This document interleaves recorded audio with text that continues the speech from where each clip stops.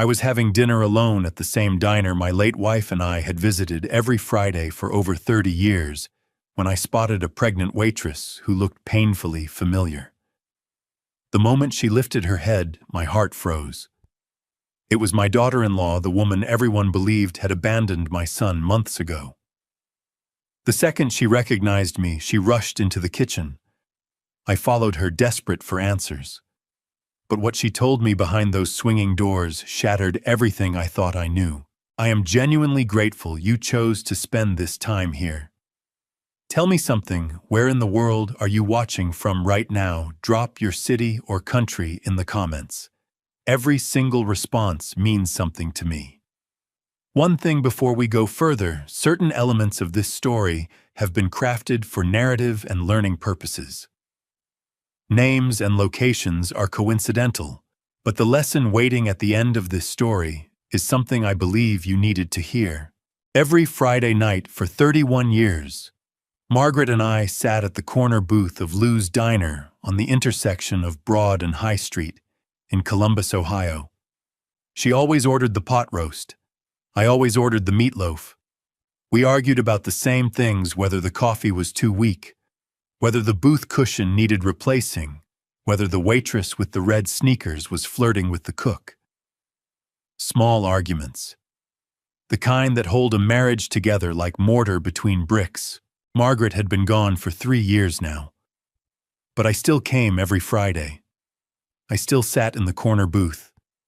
I still ordered the meatloaf. My name is Harold Mercer.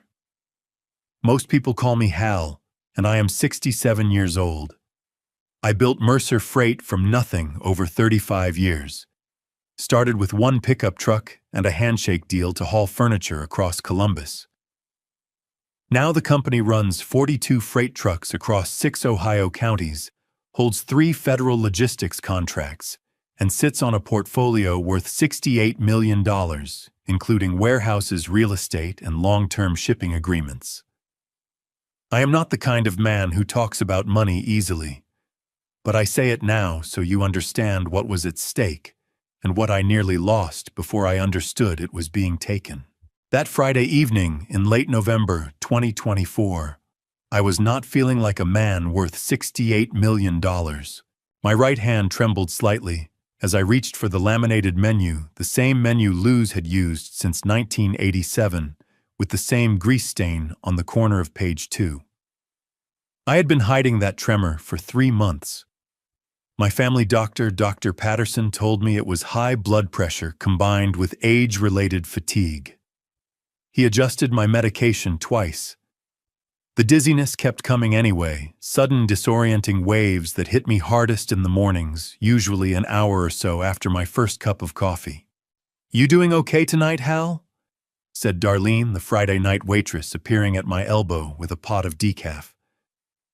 She was 53, built like a woman who had carried heavy trays for 30 years, which she had. "Fine as I'll ever be," I told her, turning the coffee cup right side up. "Just the meatloaf tonight, Darlene, and some water." "Same as always." She scribbled on her pad without looking down. "You want the green beans or the corn?" "Green beans." "Well, Margaret always got the corn," she said, not unkindly. "I know it," I said. "Green beans for me." She refilled the table's sugar caddy and moved on. I looked out the window at the November dark pressing against the glass. The parking lot of Lou's Diner held maybe a dozen cars, minivans, pickup trucks, one old Buick with a cracked taillight. This was not the kind of place where people came to be seen. It was the kind of place where people came because the portions were honest and nobody asked too many questions. My son Nathan had called that afternoon. He called most afternoons lately, checking in, he said, asking about my health, my appetite, whether I was sleeping enough. 3 months ago, he had started bringing me coffee every morning from Rosie's Roast on 5th Avenue. A large, dark roast, no sugar. He said it was his way of looking after me since Margaret passed. I had felt grateful for it.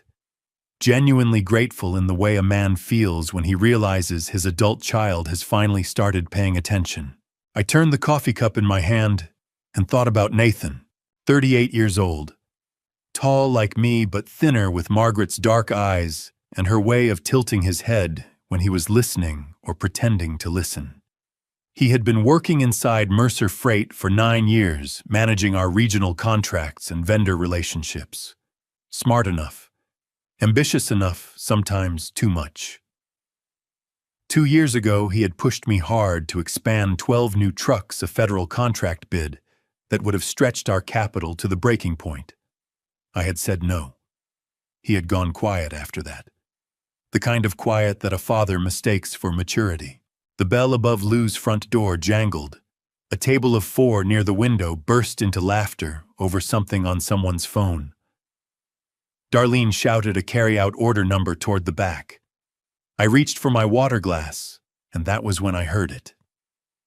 Footsteps from the kitchen side of the counter. Slow. Heavier than they should have been for someone that young. The kind of footsteps that carry extra weight not just in the body but somewhere deeper. I looked up without thinking about it. A young woman came through the swinging door from the kitchen, carrying a tray of water glasses. She wore the standard Lou's uniform dark slacks, a burgundy polo, a white apron tied twice around a belly that the apron could barely contain. Her dark hair was pulled back in a knot that was coming loose on one side. Her ankles were swollen above her non-slip shoes.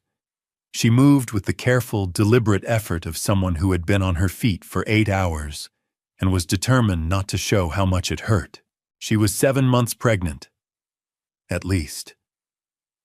I watched her set the water glasses down at the table beside mine without spilling a drop, her jaw set with concentration, her free hand hovering near her belly instinctively, even while the other hand worked. Then she turned slightly toward the light. My heart slammed against my ribs so hard I felt it in my throat. I knew that face. I knew the line of that jaw, the way her left eyebrow sat slightly higher than the right. The small scar above her lip from a bicycle accident she had told me about at Thanksgiving 3 years ago, the first Thanksgiving she had spent with our family, nervous and laughing too quickly at my jokes, holding Nathan's hand under the table like a lifeline. "Claire," I said. The word came out before I could stop it, barely above a whisper, barely loud enough to cross the 4 feet between us. But she heard it. Her head snapped toward me. For one suspended second, her eyes met mine, and in that second, I watched the color drain from her face, the way water drains out of a bathtub, fast and complete. Then she turned and pushed back through the swinging kitchen door. I was out of my booth before my brain caught up with my legs. I pushed through the swinging door after her without a single thought about the fact that customers were not supposed to be back here, that I was 67 years old with a bad knee and a heart that had been behaving strangely for months, or that I had left a full glass of water and an unfinished order of meatloaf back at the corner booth, where Margaret and I used to argue about coffee. None of that mattered. The kitchen of Lou's diner hit me like a wall steam from the dishwasher, the sharp smell of fryer oil, the clang of pans, 2 line cooks shouting at each other over a ticket order. The fluorescent lights buzzed and flickered above a stainless steel counter, lined with plates waiting to go out. I spotted her immediately. Claire had made it as far as the dry storage alcove at the back of the kitchen, before her body simply would not carry her any further. She had her back pressed against a shelf of canned tomatoes, both hands wrapped around her belly, her chest heaving with short, panicked breaths. "Claire." I kept my voice low, the way you speak to someone standing on a ledge. "Look at me. It's Hal. Just Hal." She shook her head, pressing herself harder against the shelf. "You need to go back out front, Mr. Mercer. Please. I can't do this right now." "You're shaking," I said, because she was. Her whole body was trembling and not from cold. "I'm fine." Her voice cracked on the second word. "I'm fine, I just need you to go." "Claire." I took one step closer, slowly, hands open at my sides. I am not going anywhere, and I am not here to drag you back to Nathan. That stopped her. Her breathing was still ragged, but her eyes fixed on mine with an expression that was equal parts terror and desperate, exhausted hope. The look of someone who has been running so long they have forgotten what it feels like to stop. Mrs. Cho? I spoke the name without turning around, because I had felt the presence of someone else in the kitchen the moment I walked through the door. A woman stepped out from behind the prep station. She was 58 or so, Korean-American, compact and sure on her feet, in the way of someone who had owned this kitchen for decades. She looked at Claire, then at me with the calm assessment of a woman who has seen more complicated situations than most people ever will, and has learned to read them fast. "You her family?" she asked me directly. "Father-in-law?" I said. She studied me for 3 full seconds. Then she untied her apron strings, hung the apron on its hook, and said, "Come with me." Her name was Linda Cho. She had owned Lou's Diner for 22 years. She led us through the back of the kitchen, past the industrial dishwasher and the walk-in cooler, down a short hallway that smelled of old cardboard and dried herbs, and pushed open a door I had never noticed before. The room was small enough that 3 people standing in it made it feel crowded. A folding cot against one wall made up neatly with a flannel blanket and a flat pillow. A milk crate turned upside down, serving as a nightstand with a water bottle, a phone charger, and a small tube of hand cream on top. A single hook on the wall holding a winter coat and a change of clothes in a plastic grocery bag. And on the pillow, a composition notebook with a worn cover. I stood in the doorway of that room for a long moment without moving. "She came to me in the middle of November," Linda said from behind me, her voice matter-of-fact in the way of someone who has decided that facts are kinder than emotions right now. "Knocked on the back door at 6 in the morning asking if I needed kitchen help. I could see she was pregnant. I asked her how far along. She said almost 7 months. Linda paused. She had been sleeping in her car for 3 weeks before that. The air went out of my lungs. "In November," I said. My voice came out strange, flat and thin like a wire pulled too tight. "In November," Linda confirmed. "I gave her the storage room. I gave her the job. She works hard, never complains, never asks for anything she hasn't earned." She looked at Claire, not at me, when she said the next part. "And she made me promise not to tell anyone she was here." Claire had settled herself onto the edge of the cot, one hand pressed to her lower back, the other resting on her belly. She would not look at me directly. She stared at a fixed point on the floor between us, her jaw tight, her eyes red but dry, a woman who had already spent all her tears a long time ago and had nothing left to cry with. "Claire," I said. My voice broke in the middle of her name and I could not stop it. "You slept in your car. In November. Pregnant." "I was okay," she said quietly. "The car had heat." "That is not—" I stopped. Started again. "That is not what I'm saying, and you know it." She finally looked up at me. "What do you want me to say, Mr. Mercer? That I should have done something different? Maybe I should have. But I didn't have anywhere to go that Nathan couldn't find, and I couldn't go back, and I couldn't—" Her voice hitched one sharp, involuntary sound, and she pressed her lips together hard and breathed through her nose until she had it back under control. "I couldn't risk him finding out about the baby.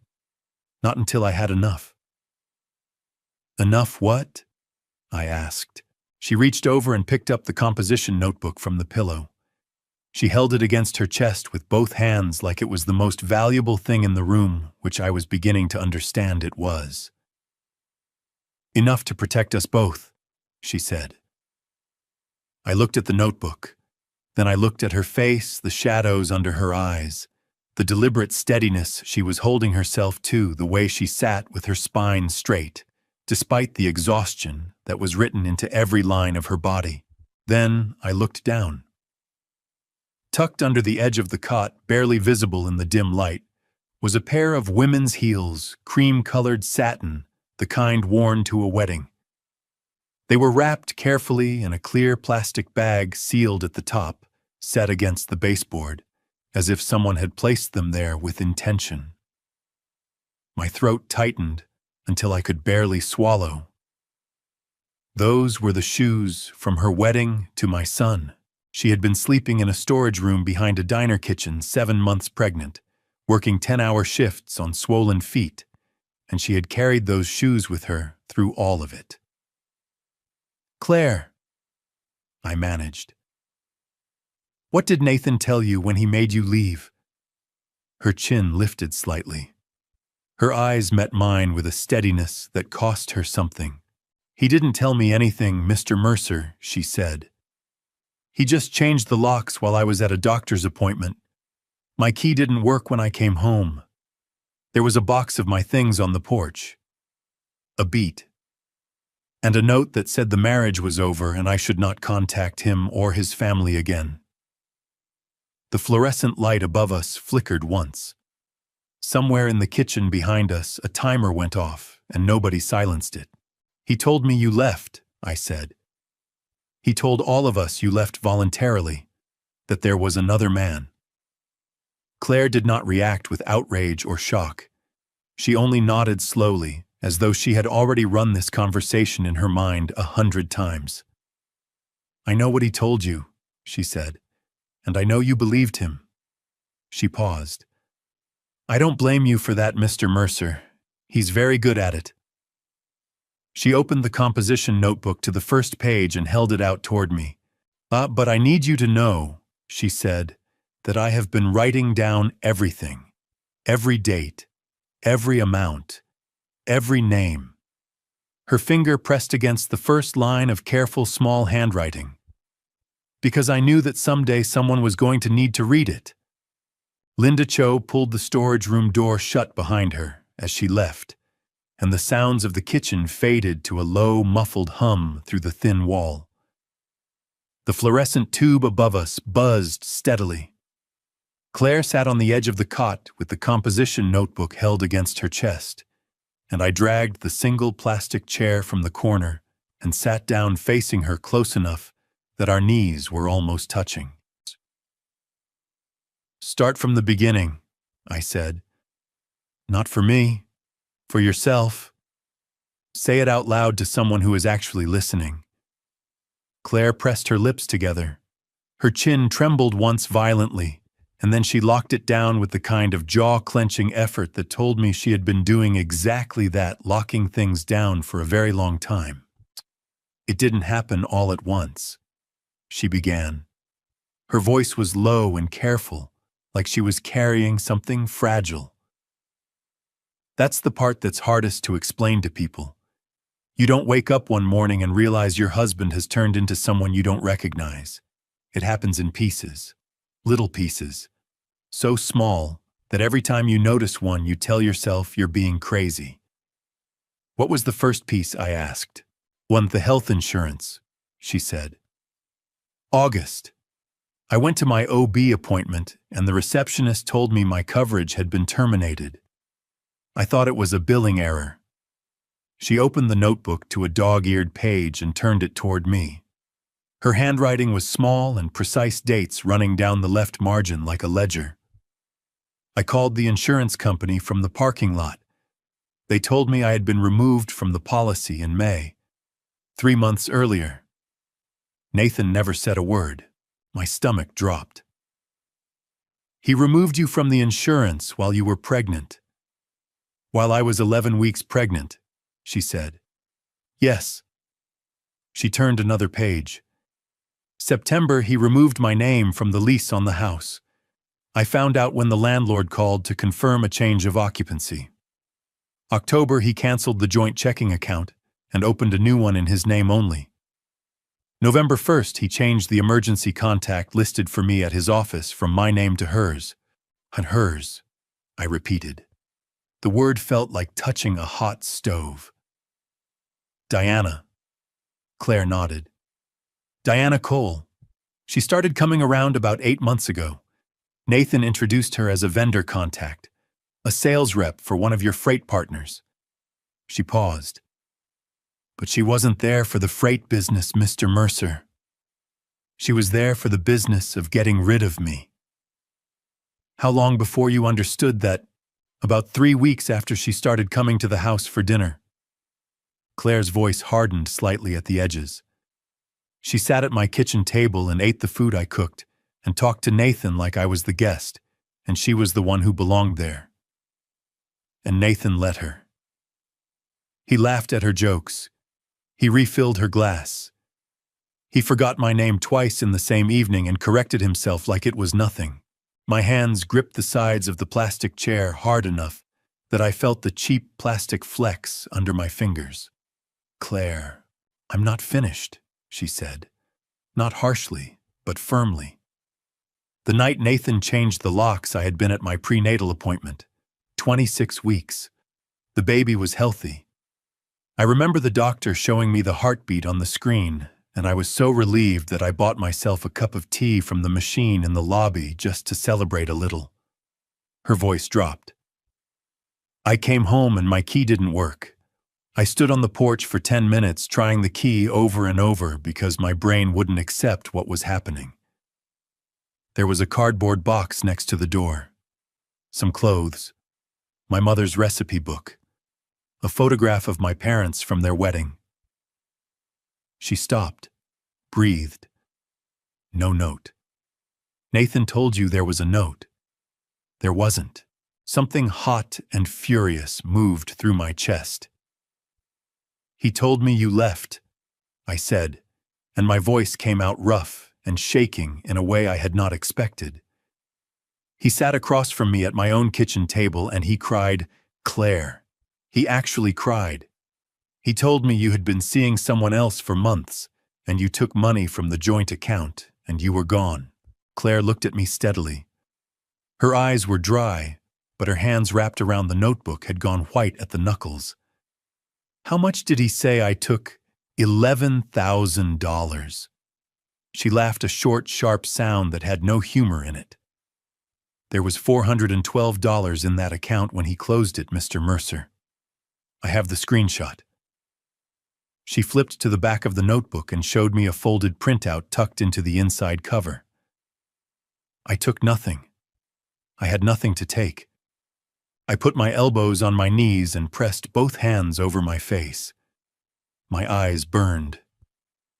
My throat ached the way it had not ached since the morning after Margaret's funeral, when I sat alone in her kitchen and could not remember how to make coffee. I believed him, I said into my palms. God help me, I believed every word he said. I know you did.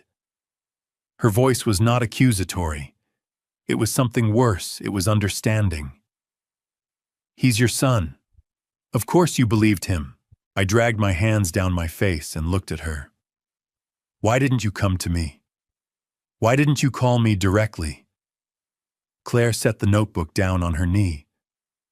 Her expression shifted, something complicated moving behind her eyes, equal parts grief and hesitation.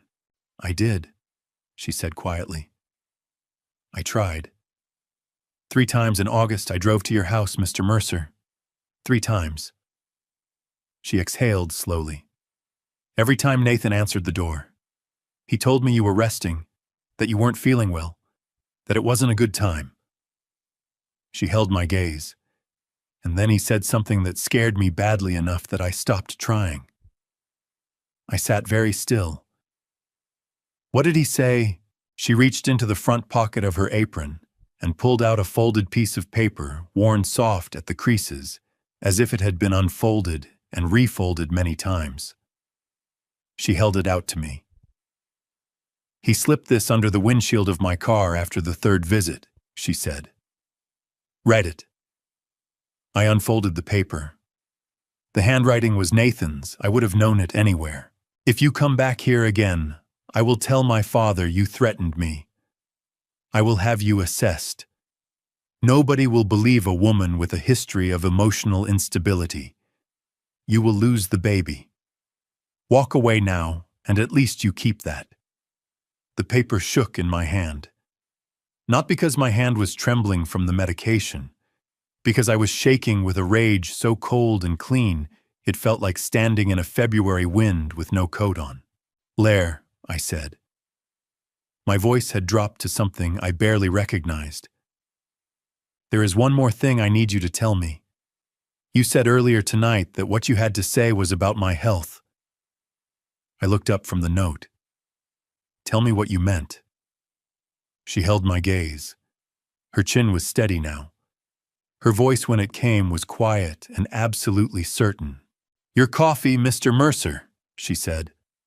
"The coffee Nathan brings you every morning." She pressed her hand flat against the open notebook page. "We need to talk about what's in it." The storage room felt smaller than it had 5 minutes ago. I folded Nathan's note carefully and set it on top of the composition notebook in my lap. My hands were not shaking from the medication now. They were shaking from something else entirely, a cold, grinding recognition that had been working its way up from my gut since the moment Claire said the word coffee. "Tell me everything," I said. "Don't soften it." Claire leaned forward on the cot, both elbows on her knees, and looked at me the way a person looks at someone they are about to hurt on purpose because the alternative is worse. "Diana has a cousin who works at a pharmacy over in Westerville. His name doesn't matter. What matters is that she knows enough about medications to be dangerous." She paused. "Amlodipine. Do you know what that is?" "My blood pressure medication," I said. "Dr. Patterson put me on it 18 months ago." "Right. 5 milligrams once a day. That's the normal therapeutic dose." Claire's voice was steady and precise, the voice of a woman who had rehearsed this conversation many times in the dark. "In higher doses, say 15 or 20 milligrams, amlodipine causes severe dizziness, fatigue that no amount of sleep fixes, hand tremors, confusion. Especially in men your age, it can look exactly like natural decline. Exactly like a 67-year-old man whose body is starting to give out." She let that land. "Nathan has been dissolving extra tablets into your coffee every morning, Mr. Mercer. I watched Diana hand him the pills in a small plastic bag the second week of September. I wrote the date down." She opened the notebook and pointed to the entry. "September 14th. N received PKG from DC kitchen counter, small zip bag, white tablets crushed." That was the same week your dizzy spells started getting worse, wasn't it? The bottom dropped out of my stomach. I thought about every morning for the past 10 weeks. Nathan arriving with the large, dark roast from Rosie's Roast, setting it on my kitchen counter with a smile. "Drink up, Dad, you need the energy." Me wrapping both hands around the warm cup and feeling grateful, genuinely, completely grateful that my son was paying attention. "Lord Almighty," I said. The words came out barely above a breath. "I know." Claire's voice tightened. "I know, and I'm so sorry I didn't find a way to tell you sooner. I tried to figure out how to get to you without Nathan knowing. Every option I came up with, calling, writing, showing up, he had already closed off. I stood up from the plastic chair because I could not sit still anymore. The storage room was too small to pace in, but I tried anyway, 2 steps toward the door and 2 steps back, my hand pressed flat against my sternum where my heart was hammering at a rate that Dr. Patterson would not have approved of. "How long have you known?" I demanded. "Since the end of September," she said. 6 weeks after I saw Diana hand him the bag. 6 weeks. I stopped moving and looked at her. "Claire, you've known for 6 weeks that someone was poisoning me, and I've spent those 6 weeks building a case that will actually hold up." She said, her voice rising slightly for the first time, not in anger, but in urgency. "Mr. Mercer, If I had called the police in September with nothing but what I saw from across a kitchen, what would have happened? Nathan would have said I was lying. Diana would have said the same. And you. She stopped herself. And I would have believed them. I finished. She held my gaze without flinching. Yes, I put my back against the shelving unit and let it take some of my weight. The canned goods pressed cold through my shirt. I thought about the morning 2 weeks ago when I had gripped the bathroom sink for 3 full minutes, waiting for the room to stop spinning, convinced I was about to have a stroke. I had not told anyone. I had been too proud. "Tell me about Margaret," I said suddenly. "Tell me about why you stayed." Something shifted in Claire's face, a softening that moved through her like a wave, and left her looking for just a moment, like the young woman Nathan had brought home to Sunday dinner 4 years ago. The one who had laughed too quickly at my jokes and squeezed Nathan's hand under the table. "2 years into the marriage, things got bad between us," she said. "Not what they are now, just bad. Nathan was pulling away. I didn't understand why. I had already decided it was over." She looked at the notebook in her lap. "I wrote the divorce papers myself. I had them in my purse. I drove to your house one Sunday afternoon, intending to tell your wife I was leaving." Her voice softened further. "But when I got there, Margaret took one look at my face and sat me down in her kitchen and made tea. And she told me about you. About the year you worked 7 days a week and forgot her birthday and missed her surgery because of a freight contract in Cleveland." My throat closed. "She told me she had written divorce papers too," Claire continued. 32 years ago. She told me she tore them up in that same kitchen at that same table." A faint, heartbroken smile crossed Claire's face. She said, "A good man can get lost, honey, but a good woman knows the way home." And I believed her. The smile faded. "I tore up my papers that afternoon, Mr. Mercer, right there in Margaret's kitchen, and I went home and I tried harder." I could not speak. "She saved my marriage," Claire said quietly. "And Nathan repaid that by turning it into something she never could have imagined." I pressed my fingers hard against my eyes and held them there. My chest ached with the specific punishing grief of a man who has just understood that the woman he loved had tried to hold everything together from the beyond, and that her kindness had unknowingly kept someone he loved in harm's way. Margaret saw something worth saving. I finally said, my voice rough and unsteady. "She was right about that, Claire. She was wrong about Nathan. But she was right about you."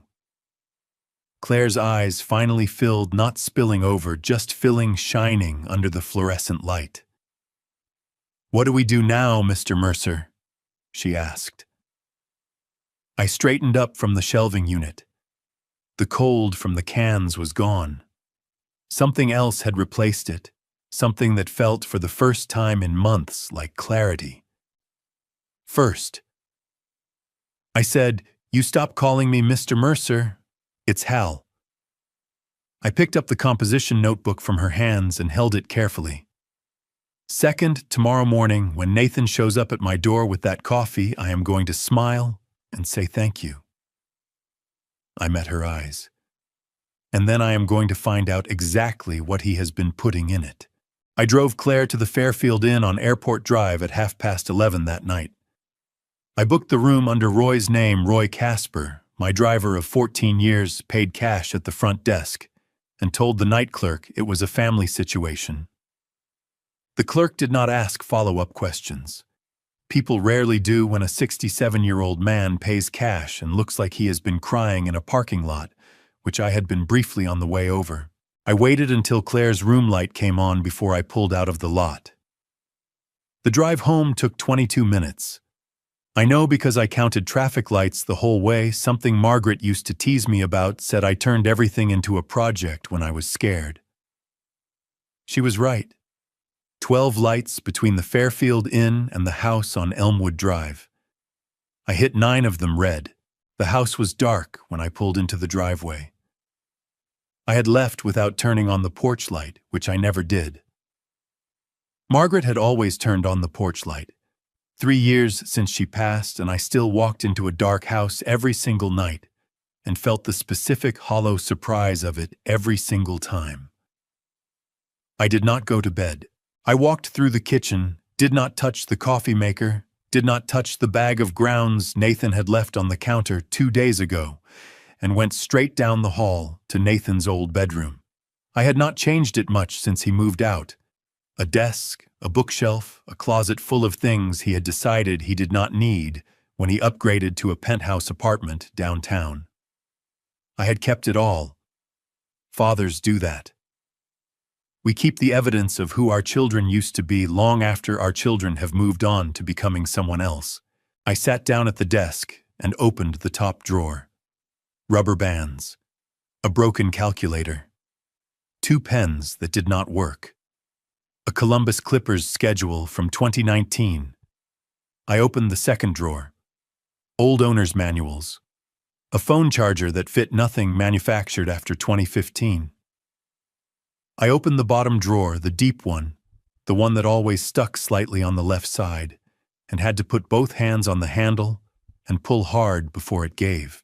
Inside was a cardboard shoebox I recognized immediately. Nathan's school things. Report cards, a spelling bee ribbon from 4th grade, a photograph of him, at 8 years old, sitting on the hood of my first freight truck, with his arms spread wide and his mouth open in the biggest grin I had ever seen on a child's face. I set the photograph aside without letting myself look at it too long. Beneath it, I found what I had not known I was looking for until my fingers touched it, a plain white envelope unsealed, slightly crumpled, as though it had been handled many times and then tucked away. No name on the front. I turned it over. Inside was a piece of paper folded in thirds, and tucked against it, a smaller square of glossy paper, the kind printed from a drugstore photo kiosk. I unfolded the smaller paper first. It was a sonogram image. The kind they print out at the 12-week appointment, black and white and grainy with a tiny curved shape at the center that your brain has to work to recognize as a person. In the lower right corner, printed in small clinical type, Sutton C. 12 weeks, 2 days. July 18th, 2024. My grandson. 12 weeks old in this photograph, which meant the image was taken 4 months before I knew he existed. My hand was trembling so badly that the sonogram image rattled between my fingers. I set it flat on the desk and pressed my palm over it to make it stop. Then I unfolded the letter. Claire's handwriting, the same small, careful script from the composition notebook. The paper was soft from folding and refolding, the creases worn almost through in 2 places. Dear Mr. Mercer, I have driven to your house 3 times in the past month. Each time Nathan answered the door before I could ring the bell. He told me you were resting and not well enough for visitors. The first time I believed him. The second time I was not sure. The third time I sat in my car at the end of your driveway for 20 minutes before he came outside and told me you had asked not to be disturbed. I want you to know about the baby. I want you to know that you are going to be a grandfather. I have wanted to tell you since July, but I could not find a way to get to you that Nathan did not control. I am sorry I was not strong enough to push past him. I am sorry I let him convince me that you would not believe me. I should have tried harder. His name is going to be Lucas. I decided that last week. I thought you should know that too. Claire. Below her name in pencil lighter ink, added later the letters slightly less steady. I left this letter in Nathan's desk by accident when I came to get my winter coat after he changed the locks. I don't know if he found it. I don't know if it matters anymore. But I couldn't throw it away. I sat at Nathan's old desk in the dark bedroom and held that letter in both hands. 3 times. She had driven to this house 3 times to tell me about Lucas. 3 times my son had stood at his own father's front door and turned her away with a lie. He's resting. He's not feeling well. He asked not to be disturbed, while I sat 20 feet away in the living room, watching the evening news and eating a TV dinner and telling myself I was doing fine. The burning behind my eyes built until it became impossible to blink back. I pressed the letter flat against my chest and sat in my dead son's old bedroom in the dark and let it happen. I do not know how long I sat there.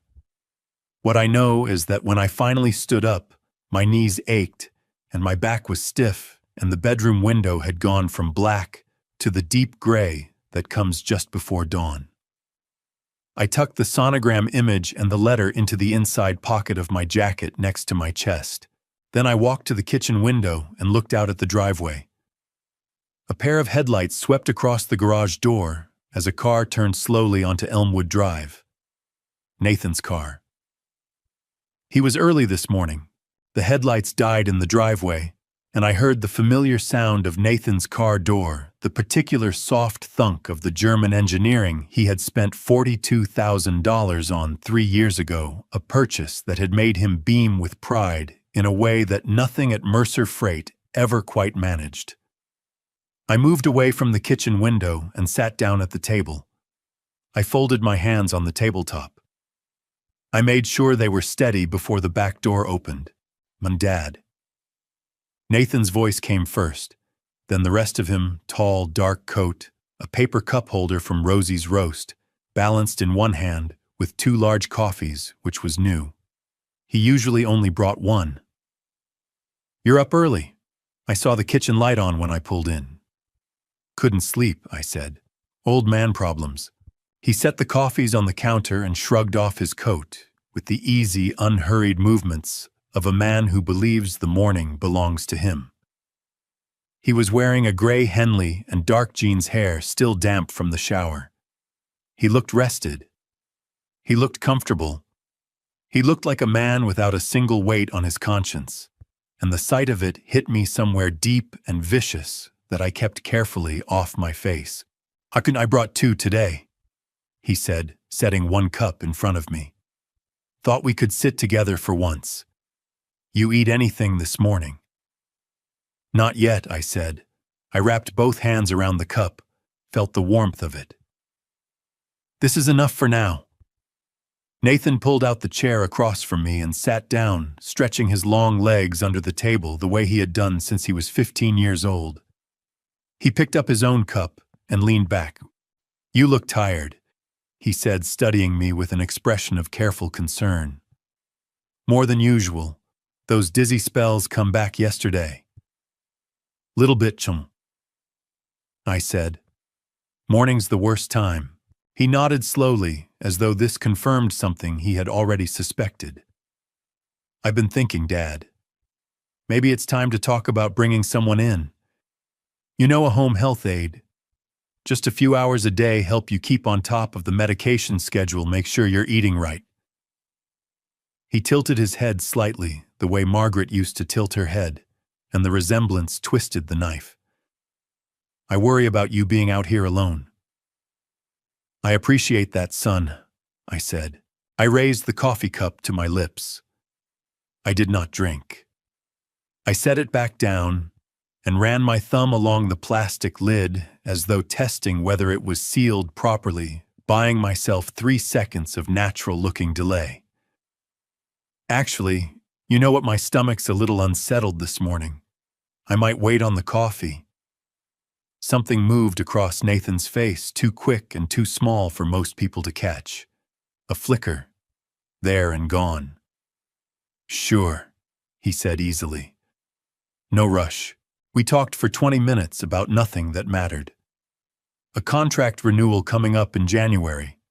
Whether the furnace needed servicing before the hard cold hit. Whether I had called the gutter company yet about the back of the house. Normal conversation. The kind fathers and sons have on Saturday mornings all across Ohio. I watched him the entire time. I watched the way he kept glancing at my coffee cup.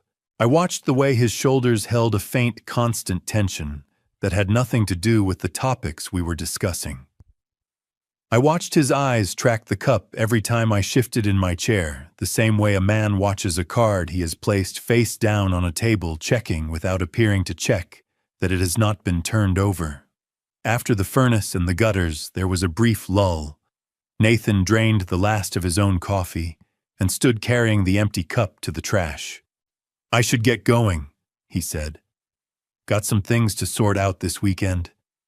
He paused at the counter and nodded toward my untouched cup. "You sure you don't want that before it gets cold? I had them make it the way you like." "Leave it for later," I said. "I'll heat it up." He studied me for just a half-second longer than was natural. "Okay, Dad," he said. "Call me if the dizziness gets bad." "I always do," I said. He pulled on his coat. He picked up his keys from the counter. He walked to the back door, opened it, and paused with one hand on the frame. "Love you, Dad," he said. 38 years of hearing those 3 words from my son's mouth. This was the first time they made my stomach turn. "Drive safe," I said. The door clicked shut. I sat at the kitchen table and looked at the coffee cup in front of me for a long moment. Then I stood up, opened the cabinet under the sink, and found a clean Ziploc bag left over from last summer's fishing trip. I sealed the coffee cup inside it, carefully pressing out the air, and set it on the counter. Then I picked up my phone and scrolled to a number I had not called in 8 years, Dr. James Howell. We had been in the same bowling league back when Margaret was alive. He was a quiet, precise man who did not gossip and did not panic, which was exactly what I needed right now. He picked up on the 3rd ring. "James," I said. "It's Hal Mercer. I need to see you today. Not at the clinic, somewhere private." I looked at the sealed bag on the counter. "And I need you to test something for me. There is a part of Columbus that the city's tourism brochures do not feature the Eastern Industrial Corridor off Livingston Avenue, where the buildings are low and flat and stained with 30 years of exhaust, and the parking lots are cracked asphalt held together by optimism and old paint. Mercer Freight had started in a building 2 blocks from here. I had not been back to this part of town in 6 years, maybe 7. Frank Delgado's auto shop occupied the end unit of a cinder-block strip on Kelton Avenue. A hand-painted sign above the roll-up door read, "Delgado's Service and Repair All Makes Welcome." One of the letters in welcome had faded to near invisibility. The door was up, and I could hear the pneumatic wheeze of an air wrench from somewhere inside before I even got out of the truck. I stood at the entrance for a moment. 10 years was a long time. Frank had been my warehouse operations manager for 11 years, the kind of employee who showed up before anyone else and left after everyone else, and never once asked for recognition, because he was too busy making sure the work got done right. When a competitor approached me with evidence that someone inside Mercer Freight had been leaking our contract bids, 3 people had access to the information. 2 of them had been with me since the beginning. Frank was the newest of the 3. I had chosen wrong. I had let a lawyer convince me that the evidence pointed at Frank, and I had called him into my office on a Tuesday morning and handed him a termination letter without asking a single question. He had looked at me across the desk and said very quietly, "I didn't do this, Mr. Mercer." And I had said, "I'm sorry, Frank." And then I had let him walk out the door.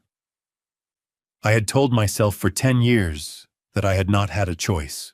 Standing outside his shop on a cold Saturday morning with a Ziploc bag in my jacket pocket and my dead wife's voice in my head saying a good man can get lost, I understood that I had simply chosen not to look harder for one. I walked inside. Frank was on a creeper under a Ford F-150, visible only from the knees down. Work boots, dark canvas pants, a strip of bare wrist catching the shop light as he reached for something. The air smelled of motor oil and cold concrete and the faint chemical sweetness of brake cleaner. "Shop's full up today," he said from under the truck, not looking.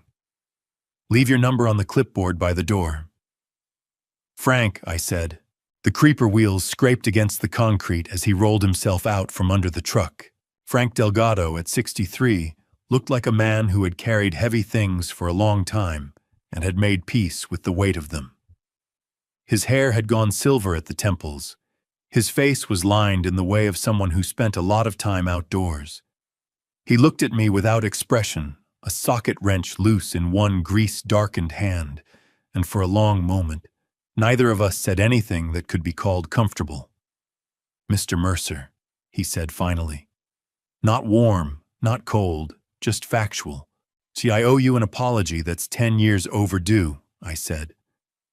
"And I need your help. In that order, if you'll give me 5 minutes." He studied me the way a man studies a used engine looking for the thing that's been covered up rather than fixed. Then he set the socket wrench on his rolling toolbox and wiped his hands on a shop rag. "5 minutes," he said.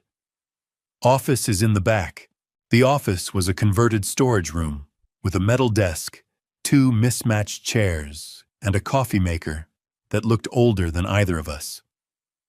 Frank did not offer coffee. He sat behind the desk and folded his hands and waited. "I was wrong about you," I said. "In 2014, the bid leak, I had 3 people with access, and I picked you because you were the newest. I told myself the evidence pointed at you. The truth is, I didn't investigate hard enough to know where it actually pointed, and I let a lawyer push me toward the fastest answer." I held his gaze. "You told me you didn't do it. I didn't ask you a single question after that. That was wrong, Frank. It cost you 11 years of your career, and I have no excuse for it." Frank looked at me for a long time. "That apology," he said slowly, "is about 8 years past when it would have changed anything significant in my life." He exhaled through his nose. "But I appreciate you saying it to my face instead of through a lawyer." "That's fair," I said. He reached into the top drawer of his desk, without looking away from me, as though he had been rehearsing this moment in his mind for longer than I realized. He set a USB drive on the metal surface between us. Black standard size, the kind you buy in a 3-pack at Walgreens. "I've been waiting to know how to get this to you for several months," he said. I looked at the drive. "What's on it?" "My buddy Ray works accounting for a small freight outfit over in Lancaster," Frank said. "About 8 months ago, Nathan approached their owner about buying the company. During the due diligence process, Ray noticed some of the incoming wire transfers didn't match up with any legitimate Mercer freight vendor invoices. He pulled the transaction records before the deal fell through." Frank pushed the drive across the desk with one finger. 14 transfers, 18 months. The money came out of Mercer Freight operating accounts and landed in 3 LLCs that Ray could not connect to any real business activity.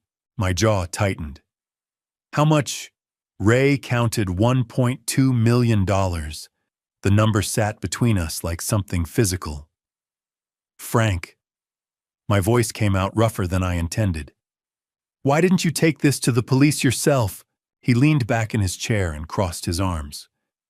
"Because without you filing a complaint as the company owner, there's no crime to investigate. Ray's records prove money moved.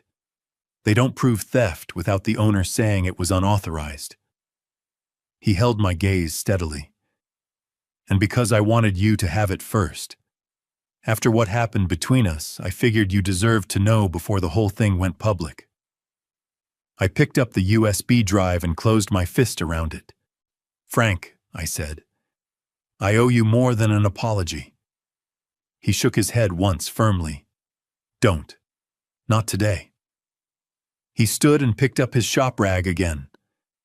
"Go do what you need to do, Mr. Mercer. We can talk about the rest of it after." I stood and extended my hand. He shook it brief, firm, the handshake of a man who has decided to let something go without pretending it was nothing. I walked back out through the shop into the cold November air, the USB drive in my pocket, alongside the Ziploc bag. Two small objects. Between them enough to bring down everything Nathan had built on top of my life. I had one more stop before nightfall. We are halfway through Hal's story, and the hardest part is still ahead. Before Dr. Howell opens that folder and tells me what my own blood is carrying, drop a comment. Tell me what you think he is going to find. I want to know if you saw this coming before I did. Note some elements of this story have been shaped for storytelling purposes. Names and details are coincidental, but the lesson in what follows is something worth staying for. Dr. James Howell's private practice was not the kind of place that appeared in any insurance network directory. It was a converted Victorian on Bryden Road, white clapboard green shutters, a small brass plate beside the door that read simply, J. Howell, M.D. James, had been practicing internal medicine in Columbus for 26 years. He was 55, lean and precise in the way of a man who ran 6 miles every morning, not for health, but for the thinking time. And he had the unhurried manner of someone who had learned long ago that rushing a diagnosis cost more than taking it slowly.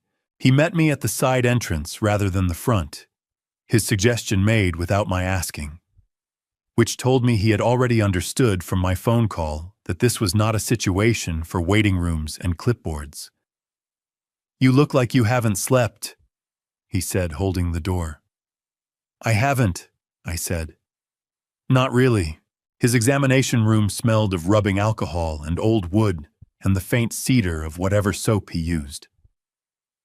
He closed the door, pulled on examination gloves, and held out his hand for the Ziploc bag without asking me to explain it again. "Tell me about the timeline," he said, setting the bag under the light and examining the sealed cup through the plastic. 10 weeks, I said. The dizziness started getting bad the 3rd week of September, worst in the mornings, usually an hour or so after coffee. I thought it was the blood pressure medication interacting with age. I watched him work. My daughter-in-law told me last night that my son has been dissolving extra blood pressure tablets into my coffee. Amlodipine. She said high doses. James did not react dramatically. He simply looked up from the bag and held my eyes for 2 full seconds, reading something in my face, then looked back down. "Roll up your sleeve," he said. He drew blood efficiently, and without unnecessary commentary, 3 vials, the needle cold and precise in the crook of my elbow. While the centrifuge ran in the adjacent room, he tested a sample from the coffee cup with a portable analysis kit, the kind kept in a locked cabinet that most general practitioners never need to open. I sat on the examination table and looked at the framed photograph on the wall across from me. A fishing trip somewhere northern James and 3 other men holding up walleye on a dock, all of them laughing. Margaret had taken a photograph almost identical to that one of me and 2 friends at Lake Erie in 1998. I had not been fishing since she passed. "Hal," James's voice came from the doorway of the adjacent room. I looked up. His expression had not changed. He was too experienced to let his face do his talking for him, but something in the set of his shoulders had shifted in the way that things shift when a careful man has confirmed something he was hoping to be wrong about. The coffee sample shows amlodipine concentration consistent with approximately 15 to 20 milligrams dissolved, he said. He came back into the room and sat on the rolling stool, his hands clasped between his knees. "Your prescribed dose is 5 milligrams once daily. 15 to 20 milligrams in a single morning dose in a man your age with your existing cardiovascular profile would produce exactly the symptoms you've been experiencing. Dizziness, fatigue, hand tremors, cognitive fogginess. He paused. Taken consistently over 10 weeks, it would also begin stressing your kidneys and causing the kind of blood pressure instability that looks on a routine checkup like natural age-related decline. The examination room was very quiet. Outside, a car passed on Bryden Road. A dog barked once 2 houses down and stopped. "How bad is it?" I asked. "The damage so far?" "Your blood work will tell me more precisely, but based on your symptoms and the concentration in that sample." He chose his next words carefully. "You need to stop exposure immediately, which I assume you have already done." "Since last night," I said. He nodded. "I'm going to start you on a protocol to help your kidneys clear the excess. It will take several weeks." He looked at me directly. "Hal, what you are describing is deliberate sustained poisoning. You understand that I have reporting obligations." "I know," I said. "I'm not asking you to bury it, James. I'm asking you to document everything precisely and give me 72 hours before anything gets filed officially. I have evidence I need to organize first." He studied me for a long moment. 72 hours, he said. "Not because I'm comfortable with it, because I trust that you know what you're doing." "I'm not sure I do," I said honestly, "but I know what needs to happen." He printed the preliminary results and handed me the folder. My name at the top, the numbers below it. Numbers that turned 10 weeks of Nathan's careful morning visits into something that had a legal name and a prison sentence attached to it. I folded the folder and tucked it inside my jacket alongside the sonogram and the letter. My phone buzzed on the table beside me. A text from Claire. "He just drove past the hotel twice. I saw his car from the window. He doesn't know which room, but he knows I'm nearby."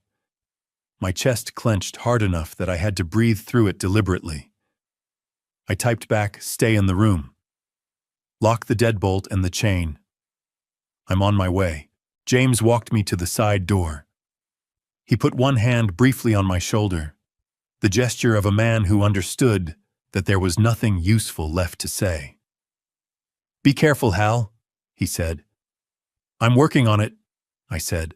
I drove home from Bryden Road, the long way down Broad Street, instead of the highway, past the old Mercer Freight Depot on Livingston, past the church where Margaret and I got married in 1981, past the elementary school where Nathan won the 4th grade spelling bee, and I had stood in the back of the gymnasium with my chest so full of pride I could barely breathe. I was looking for the thread, the moment that connected the 8-year-old grinning on the hood of my freight truck to the man who had been dissolving pills into his father's coffee for 10 weeks. I did not find it on Broad Street. I parked in the driveway and sat in the truck for a few minutes, hands on the wheel listening to the engine tick as it cooled. The porch light was dark. I had still not learned to turn it on before I left. Inside, I went straight to Nathan's old bedroom and sat down at the desk. I opened the bottom drawer, the one that stuck on the left side, and reached past the shoebox until my fingers found what I was looking for. A folded piece of paper I had noticed last night, but had set aside because I had not been ready for it yet. I unfolded it on the desk under the lamp, Nathan's handwriting. 19 years old by the date in the corner, his first semester at Ohio State before he dropped out to come work with me. The letters were careful and slightly stiff, the way handwriting looks when someone is trying to write neatly because the thing they are writing matters to them. "Dad, I want to be just like you. A man who builds things that last." 9 words. I had found this note in a birthday card he had given me 20 years ago and saved it in the drawer because Margaret said I should, that someday I would want it, that fathers needed to hold onto proof of the moments their children chose them. She had been right in a way she had not intended. I set the note on the desk and opened the other drawer, the one I used for current paperwork, and found the folder Dr. Howell had given me an hour ago. I laid it open beside the note. My name at the top of the medical report. Nathan's name on the beneficiary amendment attached to the back. $15 million, payable upon my death. Filed 6 weeks ago, the same week the dizziness got bad enough that I had started holding the bathroom sink in the mornings. Same desk, same drawer. 9 words from a 19-year-old boy who wanted to be like his father. And a document from a 38-year-old man betting $15 million on his father's death. I pressed both palms flat on the desk and looked at the 2 pieces of paper until my eyes ached. "When did I lose you?" I said out loud to the empty room. The room did not answer. I reached under the desk and pulled out the box Margaret had kept on the bottom shelf of her closet, the one I had moved here after she passed, because I could not bring myself to open it and could not bring myself to throw it away. Inside were the things she had considered important enough to save. Report cards, Christmas cards, a napkin from our first date with her lipstick on the edge of it, which she had kept for 39 years without telling me, and at the bottom, wrapped in a kitchen towel, her old phone. I plugged it into the charger I still kept on Nathan's desk, never touched, always there, as though some part of me knew I would need it eventually. The screen stayed dark for 2 minutes. Then the apple appeared. I sat and watched the battery percentage climb from 3 to 7, 8, 9. At 11%, the screen came to life with Margaret's wallpaper, a photograph of the 3 of us at Put-in Bay the summer Nathan turned 16. Nathan was sunburned and laughing. Margaret had her arm around his shoulders. I was squinting at the camera because I had always hated having my picture taken, and Margaret had always taken them anyway. I opened the video folder. There were 47 videos. Birthday parties, holidays, a video of the backyard after the big snowstorm in 2019 that she had narrated like a nature documentary, complete with impressions of the squirrels. I watched 30 seconds of that one and had to stop because the sound of her voice hit me somewhere I was not prepared for. I kept scrolling. Near the bottom, filed under the date 4 years ago, a Sunday in March, I found a video labeled in her photo, caption, "N brings Claire for dinner, finally." I pressed play. The footage was shaky at first, Margaret getting the angle right the way she always did, one hand on the doorframe. Then it steadied. The front hallway of our house, the front door opening. Nathan stepped inside first, and the look on his face stopped me cold. He was terrified. Not of me. I could see me in the background of the shot coming down the hallway, wiping my hands on a dish towel. He was terrified of getting this wrong. His shoulders were hunched slightly, his jaw set, and he was turning to look back at the door with the expression of a man who has done something that matters enormously to him and cannot quite believe it is actually happening. Claire came in behind him. She was 23 in this video, younger than I remembered, and she was holding a bunch of grocery store tulips in both hands, the way a person holds something when they do not know what else to do with their hands. She looked at our house, at the framed photographs on the hallway wall, at the coat rack, at the braided rug Margaret had bought at a church sale with an expression of such careful, earnest attention that it was almost painful to watch. Nathan reached back and took her hand. His hand was shaking. I had forgotten that detail. I had been in the kitchen when they arrived, had only seen them from the hallway. I had not seen his hand shaking. Then Margaret's voice came from behind the camera, warm and slightly too loud, the way she always was when she was moved by something and trying to hide it. "Hal, come look. Come see.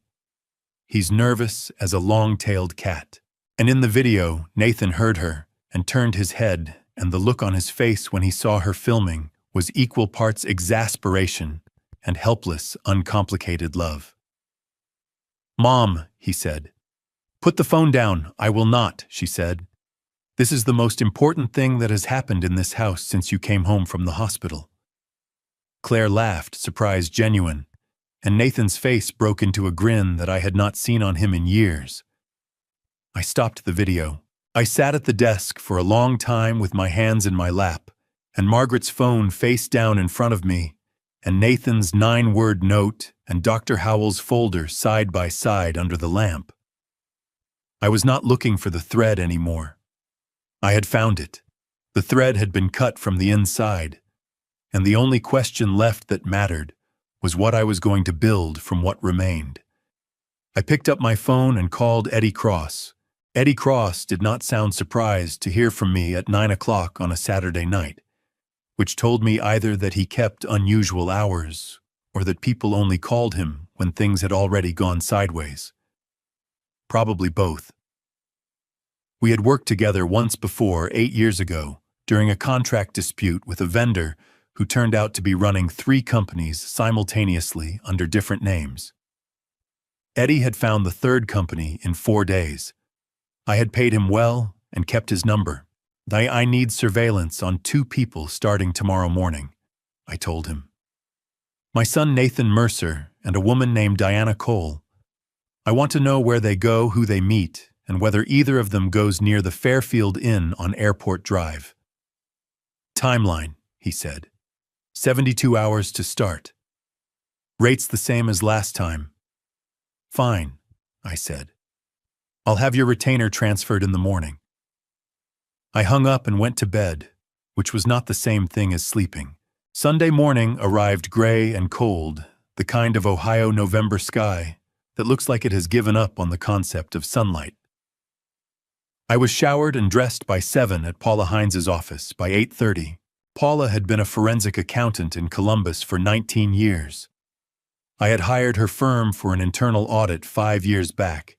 She had found $60,000 in duplicate vendor payments inside of a week and presented the findings with the calm efficiency of someone reporting the weather. She was 45, direct in the way of a person who dealt exclusively in numbers and had long since run out of patience for anything that couldn't be verified. She met me at the door of her office building on North High Street, coffee in hand, and held the door without saying good morning. I appreciated that. USB first, she said, sitting behind her desk. Walk me through what you know while I pull the files. I set the USB from Frank Clare's composition notebook and Dr. Howell's folder on her desk. I talked. She listened without looking up, her fingers moving over the keyboard with the fast, precise rhythm of someone who had been doing this long enough that the typing was automatic. For 20 minutes, the only sounds in the room were my voice and her keyboard, and the occasional ping of her second monitor flagging something for review. Then she stopped typing. Hal, she said. Come look at this. I came around the desk and looked at her screen. She had the 14 wire transfers lined up in a spreadsheet, dates, amounts, destination, account numbers. Each transfer had gone to one of 3 LLC accounts. She had pulled the LLC registration records from the Ohio Secretary of State database. These 3 LLCs, she said, pointing with her pen, registered within a 6-week window 18 months ago. Registered agent is listed as a woman named Sandra Cole. Cole, I said. In Diana Cole's mother, Paula said.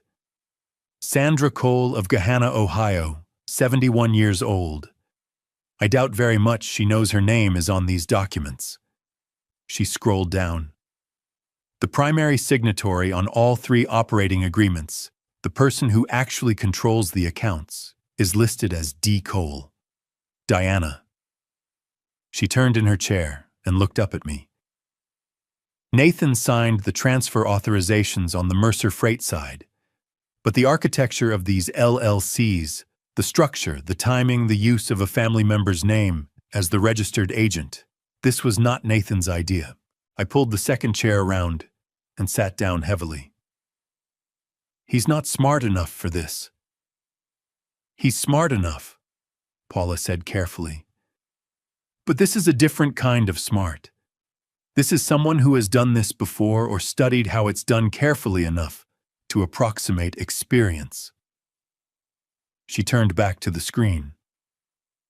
I'm going to check Diana Cole against the Ohio Business Registry for the last 10 years. She typed. She waited. She made a small sound that was not quite a word. There, she said. 2017.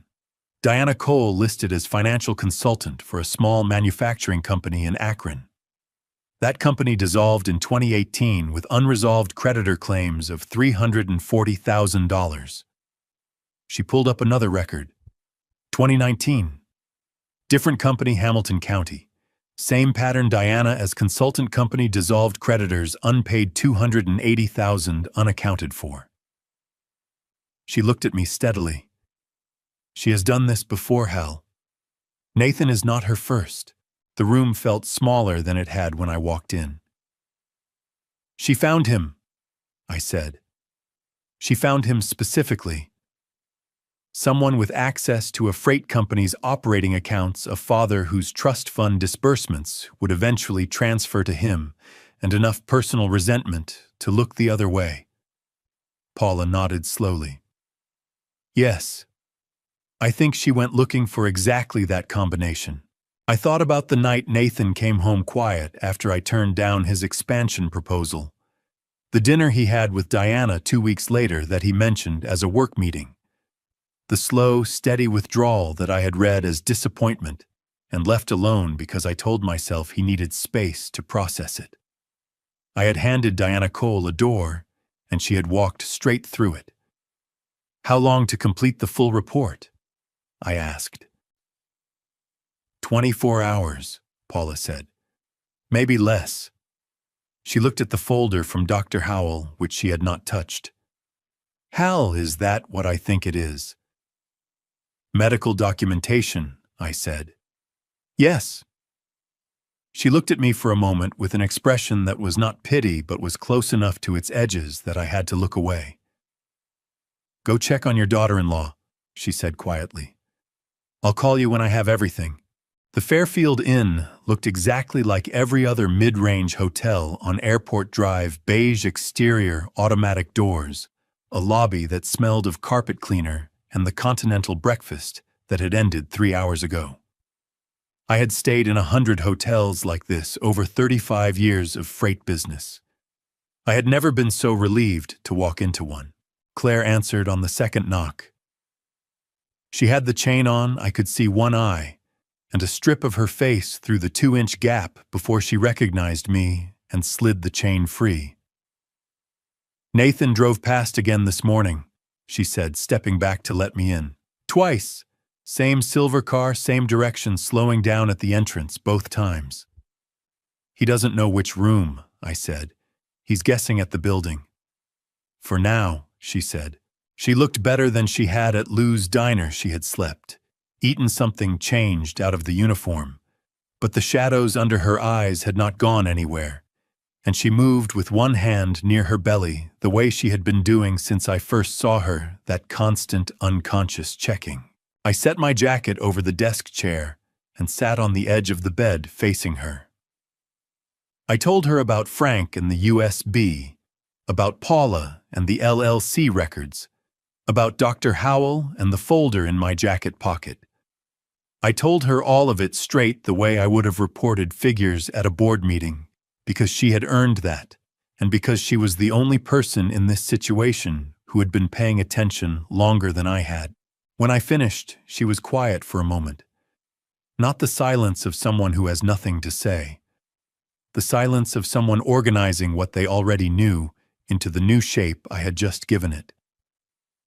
Diana's done this before, she said finally, not a question. 2 companies, Ohio. Same pattern both times. Claire nodded slowly, pressing her lips together. I heard her on the phone once, maybe 7 months ago, talking to someone I assumed it was a friend. She said the setup phase is always the hardest part. You just have to be patient with them. She looked at me. I wrote it in the notebook. Page 31. I didn't know what it meant at the time.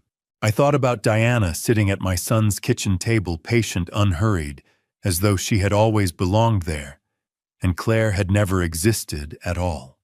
Claire, I said, I need to ask you something, and I need you to answer honestly, even if you think the answer will upset me. She met my eyes steadily. Ask. The recordings on the old phone. How much did you get? She stood up and went to the closet, reached up to the top shelf, and brought down a phone in a sandwich bag, sealed and labeled with a date in marker. She handed it to me. 14 months, she said. I started in September of last year when I heard Diana on that phone call. I charged the phone at work. I told Nathan the charger was for a backup work device. She sat back down on the edge of the bed. I couldn't use the recordings directly because I wasn't sure about the legal situation. Ohio is a one-party consent state for recordings, which means I could legally record conversations I was part of. Conversations I only overheard in my own home are different. She paused. But as evidence supporting other documentation, Paula would know better than me how to use them. I turned the phone over in my hands. 14 months. While she was being erased from the lease and the bank account and the insurance policy. While she was cooking dinner for a woman wearing her clothes. She had been sitting in her own kitchen with an old phone hidden in a drawer, building the case that would eventually land in my jacket pocket. Claire. My voice came out rougher than I intended. You stayed in that house for 11 months after you knew about the medication. Knowing what they were doing to me, knowing about the baby. I stopped, started again. You risked Lucas to protect me. Her chin came up. I risked Lucas to make sure you'd still be alive when it was over, she said quietly. There's a difference. My chest tightened until breathing required deliberate effort. I don't know how to. I stopped again. No, you don't have to, she said. Just finish it. I nodded. I set the phone carefully on the desk beside my jacket and stood up. I need to do something that is going to feel wrong, I said. Starting tomorrow morning, I am going to keep accepting Nathan's coffee. I am going to keep looking worse every time he sees me more tired, more confused, more like a man who is running out of time. I looked at her. I need him to think he's winning. Greedy people get careless when they think they're winning. Claire nodded. How long? Paula needs 24 hours to finish the financial report. Eddie Cross needs another 48 on surveillance. After that, I picked up my jacket. After that, it ends. My phone buzzed on the desk. Eddie Cross. I read the text and felt something cold settle behind my sternum. Subject N. Met with an estate attorney at private residence Sunday 4 p.m. Meeting lasted 90 minutes. Also, Subject D met separately with travel agent, booked 2 tickets, destination unclear, departure window suggests 2 to 3 weeks. I read it twice. Then I held the phone out to Claire. She read it. Her face went very still in the way of someone who has just had a fear confirmed that they had been hoping was paranoia. They're not waiting anymore, she said. No, I said. They're not. She handed the phone back and pressed both hands against her belly, not the unconscious checking gesture this time. Something more deliberate. Protective. Then we're not waiting either, she said. No, I said. We are not. I said goodnight. I checked the deadbolt and the chain myself, before I left, testing both the way my father had taught me to check a load before pulling out of a freight yard. You make sure the cargo is secure before you drive. I walked to my truck in the cold parking lot and sat behind the wheel for a moment. 48 hours. I had 48 hours to become the most convincing sick old man in Columbus, Ohio. I started the engine and pulled out onto Airport Drive. 4 days passed in a strange, suspended rhythm. The rhythm of a man performing his own decline for an audience of one. Every morning, Nathan arrived with the coffee. Every morning I accepted it with both hands and thanked him and set it on the counter while his back was turned and poured it down the kitchen sink the moment his car left the driveway. Every morning I shuffled a little more than the day before, leaned on the counter a little harder, let my sentences trail off in the middle as though I had lost the thread. Nathan watched all of it with the careful, pleased attention of a man monitoring an investment. Paula delivered her completed report on Tuesday. It was 43 pages and documented every transfer, every LLC, every forged authorization. Eddie Cross delivered his surveillance package Wednesday morning, photographs, timestamps, and the name of the estate attorney Nathan had met with Sunday afternoon. Wednesday night, I sat at my kitchen table and neatly organized everything into a single accordion folder.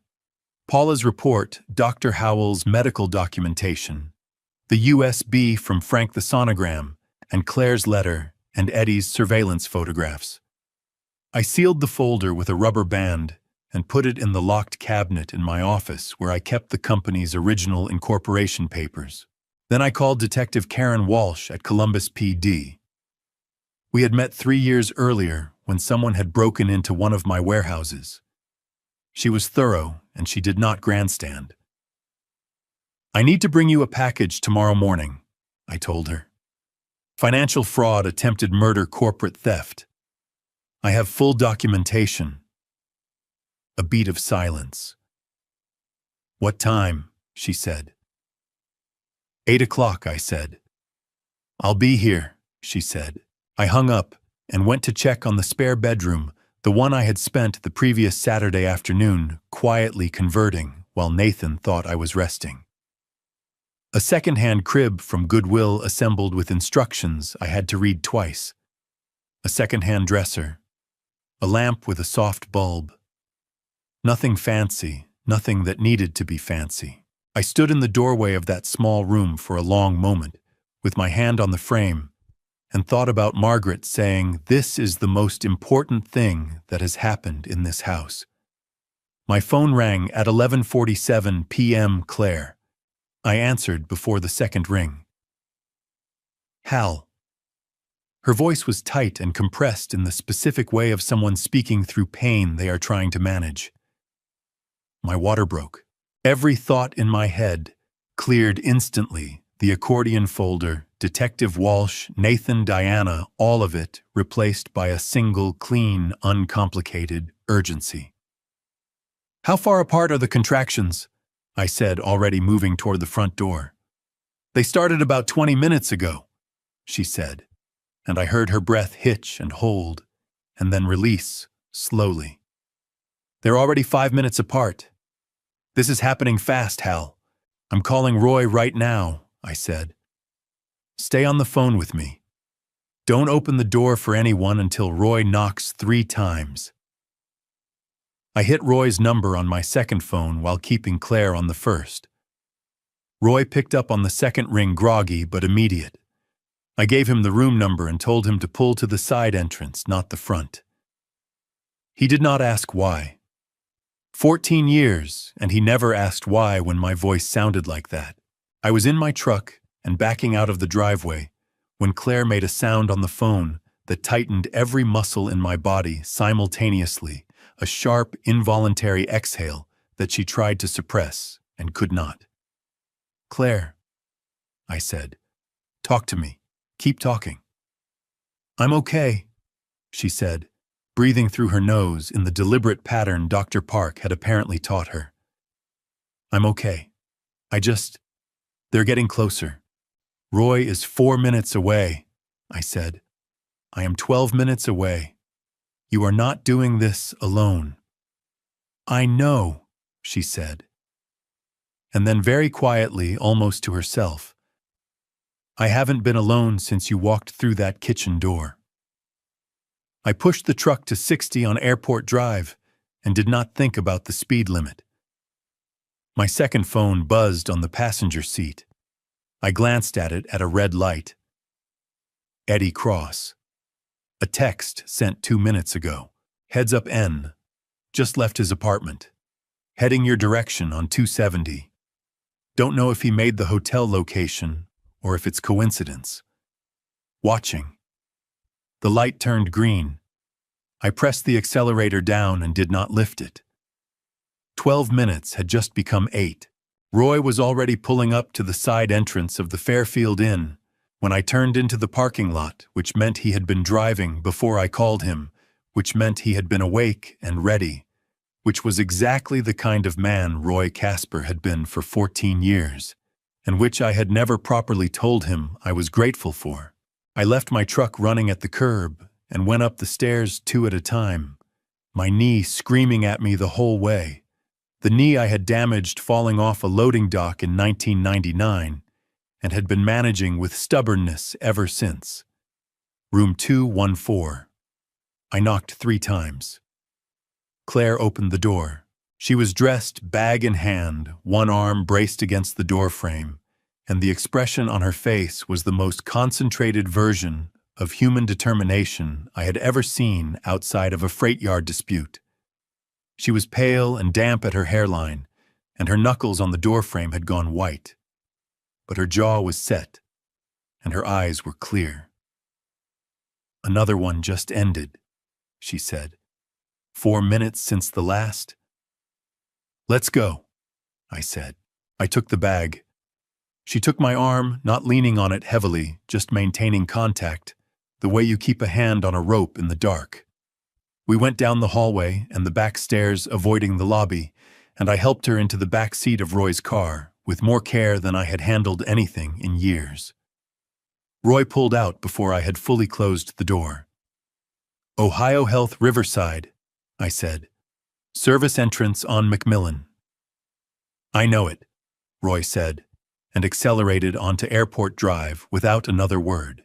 In the back seat, Claire breathed through a contraction, with her forehead tipped forward and both hands pressed flat on her knees, the specific, focused stillness of someone who has been told exactly what to do and is executing it with everything they have. I kept my eyes on the road behind us. No silver car. Not yet. "Hal," Claire said when the contraction eased.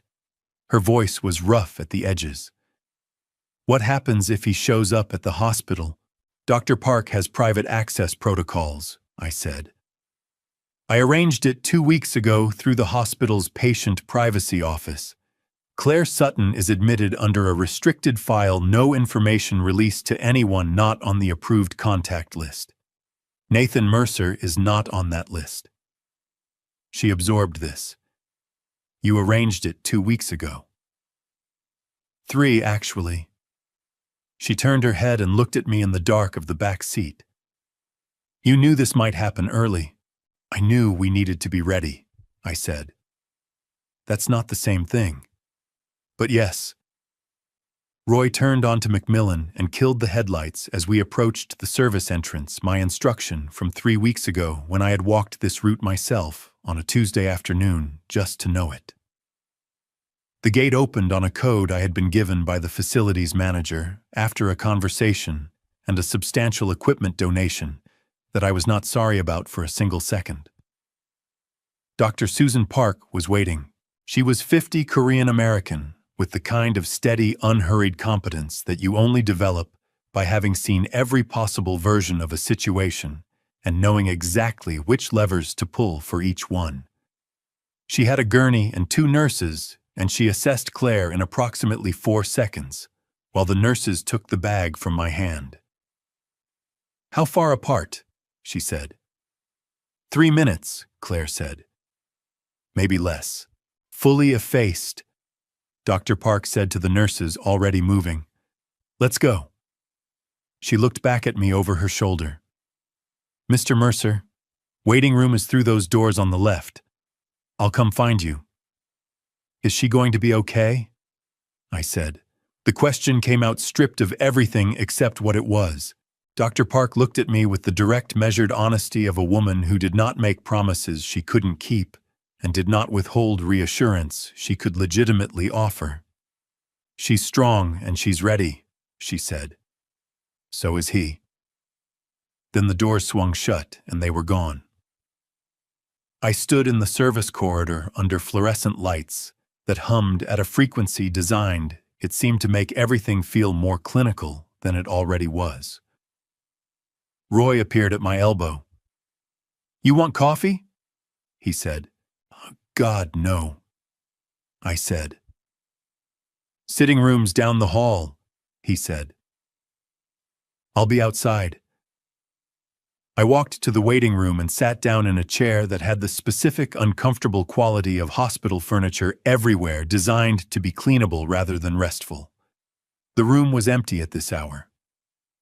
A television mounted in the corner played a home improvement show. On mute, a man in a flannel shirt, gesturing enthusiastically at a subfloor.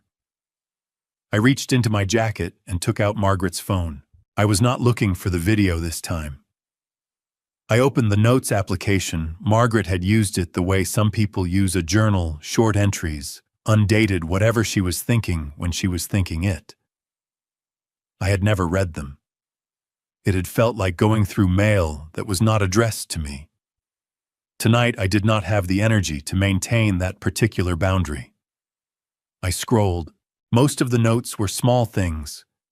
Grocery lists, a quote she had liked from a book, a reminder to call her sister, a recipe for the lemon bars she made every Easter that I had never been able to replicate. Then, near the bottom of the list, a longer entry. The timestamp on it was 18 months before she died. I read it slowly. I am scared of the wrong things. I spend time worrying about Hal's blood pressure, and whether Nathan is eating properly, and whether the gutters need cleaning before winter. I do not spend enough time on the things that will matter when I am gone. Nathan learned to love by watching us. We were not always good examples. Hal worked too much. I let him. We were happy, but we were also absent, both of us, in ways I don't think either of us has fully admitted. I keep thinking about that girl, Claire, the one Nathan brought home in March. She has steady eyes, the kind that have seen hard things and decided to stay open anyway. I think she might be better for him than he deserves right now. I hope he grows into her. I should write this down properly. I should tell Hal. He doesn't read things I leave on the counter, but he reads things I hand to him directly. I keep forgetting to hand it to him directly. I'm going to forget again. I can feel it. Some things you mean to say, and the days get in the way, and then the days run out. I sat in the empty waiting room with Margaret's phone in both hands and the home improvement show flickering silently in the corner, and felt the specific grief of reading a message that was meant for you and arrived too late. She had tried. She had written it down, which was her version of trying. And then the days had gotten in the way she had known they would, and she had never handed it to me directly, and I had never read it, and here we were. "Mr. Mercer." Dr. Park was standing in the doorway. I stood up so fast the chair scraped back against the linoleum. "Is she?" "She's fine," Dr. Park said, and the two words landed like something structural giving way in a good direction. "He's here. 2:43 a.m., 5 pounds 14 ounces. A small, genuine smile crossed her face. "He came out arguing with somebody, not sure who, but he's got opinions." My throat closed completely. "Can I started. "Come on," she said. The delivery room was warmer than the corridor someone had thought to adjust the temperature, which seemed like such a specific and human kindness that I noticed it even in that moment. The lights had been dimmed from the harsh, clinical brightness of the hallway to something softer, the kind of light that acknowledges that what just happened in this room was not a medical procedure, but a beginning. Claire was propped up against the raised bed, hair damp against her forehead, a thin hospital blanket pulled up to her waist. She looked like someone who had just run a marathon and won it exhausted, past the point where exhaustion has a name, but underneath that, something else. Something lit from the inside. A nurse was doing something efficient and quiet at the warmer in the corner. Dr. Park stepped aside to let me in. "Hey," Claire said. Her voice was wrecked, raw and hoarse, and the most honest sound I had heard in months. "We made it." "You made it," I said. "I drove fast and worried. That's not the same thing." She laughed, one short, cracked sound that turned into a wince, and then back into a smile. The nurse turned from the warmer and crossed the room toward me, and I understood what was happening before it fully registered, and I took a step forward without deciding to. She placed him in my arms. He was wrapped in a white blanket with blue stripes at the edges, the standard hospital kind, soft from 1,000 washings. He was small in a way that surprised me, even though I had been told the weight. 5 pounds, 14 ounces sounds like a number until you are holding it, and then it becomes something else entirely. Something that fits in the crook of one arm and weighs less than a bag of flour, and is somehow the heaviest thing you have ever held. His eyes were closed. His mouth was making small, intermittent movements, practicing something, though what I could not have said. His hands were fisted at his chest, with the absolute conviction of someone who has strong feelings about the arrangement of their fingers. I looked at his face for a long time. Then I looked at his left shoulder, where the blanket had folded back slightly. A small mark on the skin, irregular, roughly oval, about the size of a thumbprint. Brownish pink against the newborn red of him. I had a mark exactly like it on my own left shoulder. My father had one. His father before him, as far as anyone knew. Nathan did not have it. This child, Claire's son, the grandson I had not known existed 4 days ago, carried it instead. My throat did something that I was not in a position to manage gracefully, so I did not try. "Hey," I said. My voice came out barely above a whisper. "Hey, Lucas." I adjusted my arm slightly, bringing him a little closer. "I'm your grandfather. I know we're meeting later than we should have. That's on me, and I'm sorry for it." I paused. "But I'm here now, and I'm not going anywhere. You have my word on that, and I don't give my word lightly." His mouth stopped its small movements. I do not know if newborns can actually respond to voices at 2:50 in the morning after 5 hours of labor, but in that moment, it felt as though he was listening, and I was not going to argue with it. Claire made a sound from the bed, not a word, just a sound. When I looked up, her eyes were full, the tears spilling over without apparent effort on her part, the way water goes over a dam when the level gets high enough. "He has the mark," she said. "He has the mark," I confirmed. She pressed both hands over her mouth and cried properly, then shoulders shaking, the full release of it. Everything she had been holding compressed for 7 months, finally coming out in one long, shuddering exhale.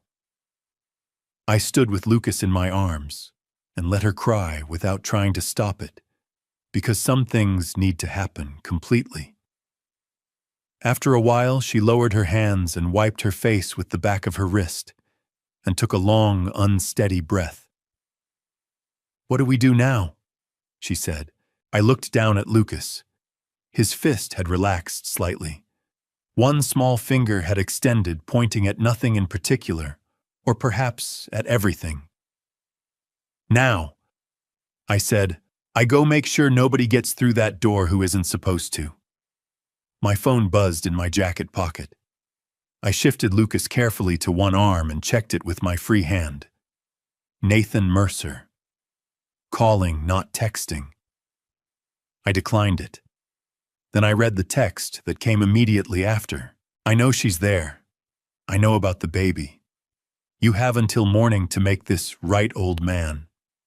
Or I will." My arm tightened slightly around Lucas, not enough to disturb him, just enough to feel the weight of him, solid and real and here. I typed back 4 words. "Come ahead. I'm ready." I left Ohio Health Riverside at 4:15 in the morning. Roy drove me home without being asked, which was exactly right. I sat in the passenger seat for once, something I almost never did, and watched the Columbus streets go by in the particular amber quiet of a weeknight at 4 a.m., when the city belongs to shift workers and insomniacs and men who have just become grandfathers for the first time. At the house on Elmwood Drive, I thanked Roy and told him to go home and sleep. He said he would be back by 7. I said that was not necessary. He said he knew and left anyway. I went inside and made real coffee my own from the tin in the cabinet that Nathan had never touched, and sat at the kitchen table and called Detective Karen Walsh at 4:30 a.m. She picked up on the second ring. "Lucas is here," I said. 5 pounds, 14 ounces. Mother and baby are secure at Riverside under the restricted protocol. "Good," she said. Her voice was alert in a way that suggested she had not been sleeping deeply. "And you're ready to move this morning?" "Yes," I said. "I'm going to call Nathan at 7 and tell him I had a bad night, that I need him to come by, that I want to talk about the company." I paused. "He'll come. He's been waiting for me to show weakness long enough that he won't question it." "I'll have 2 officers in position by 6:30, she said. "I'll be in the back hallway off the kitchen. You give me the word and we move." "The word is Lucas," I said. A brief silence.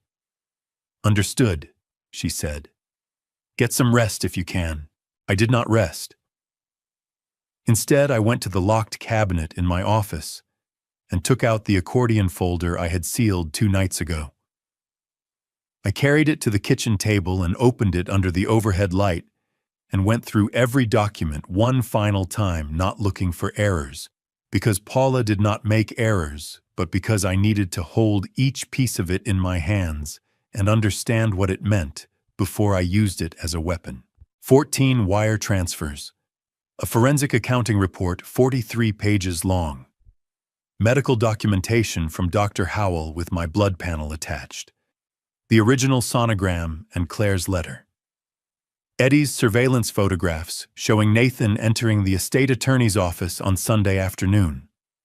A printout of the insurance beneficiary amendment with Nathan's digital signature and timestamp.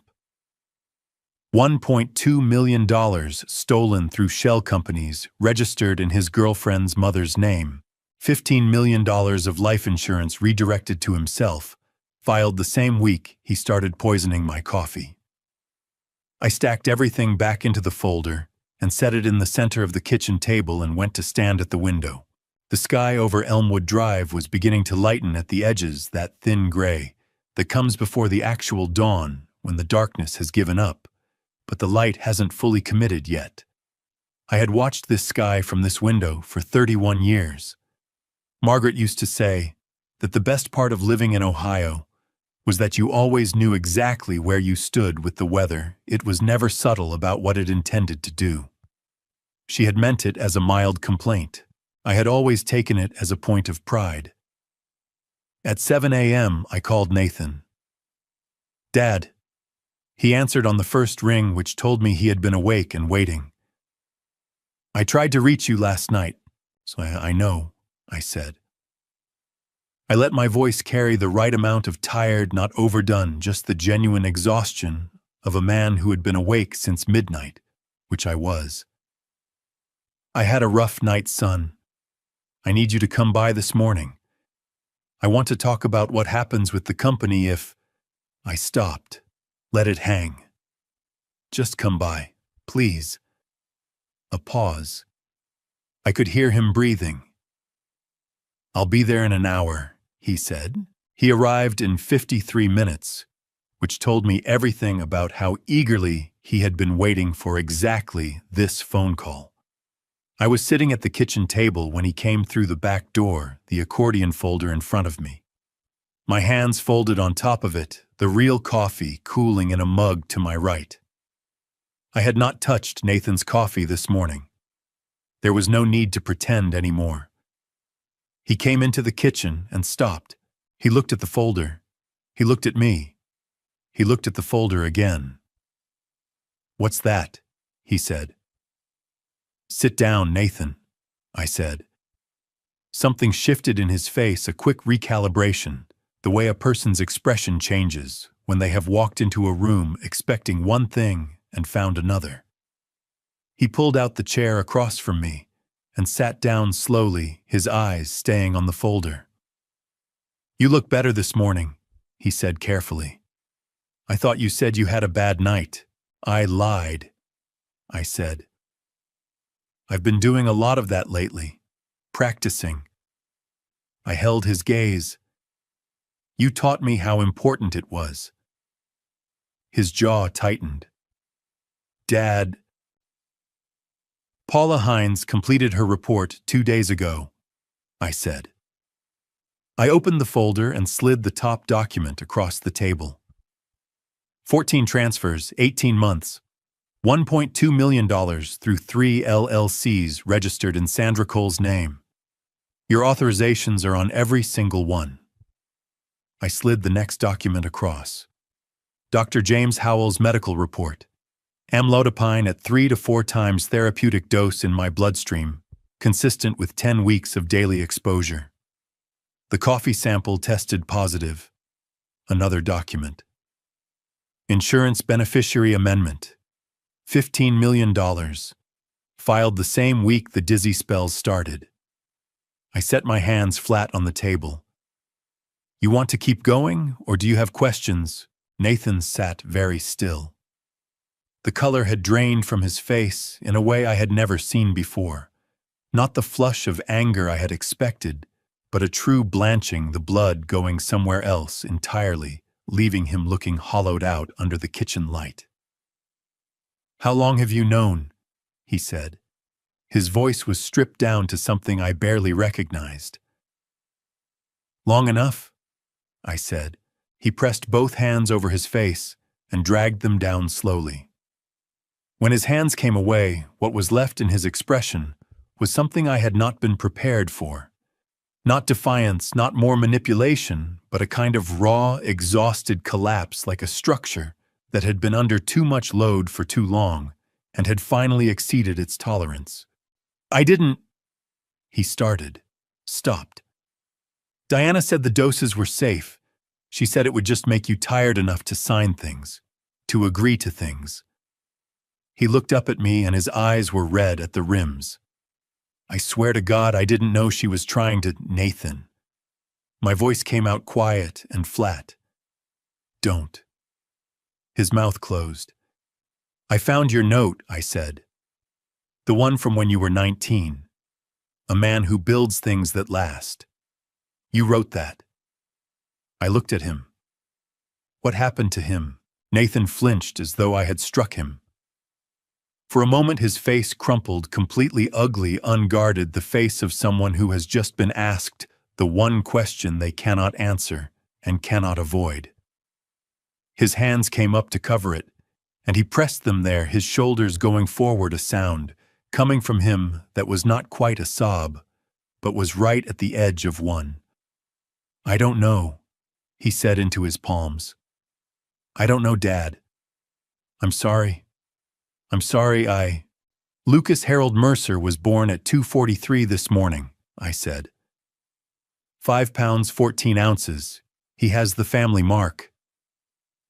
Nathan's hands came down from his face. He stared at me.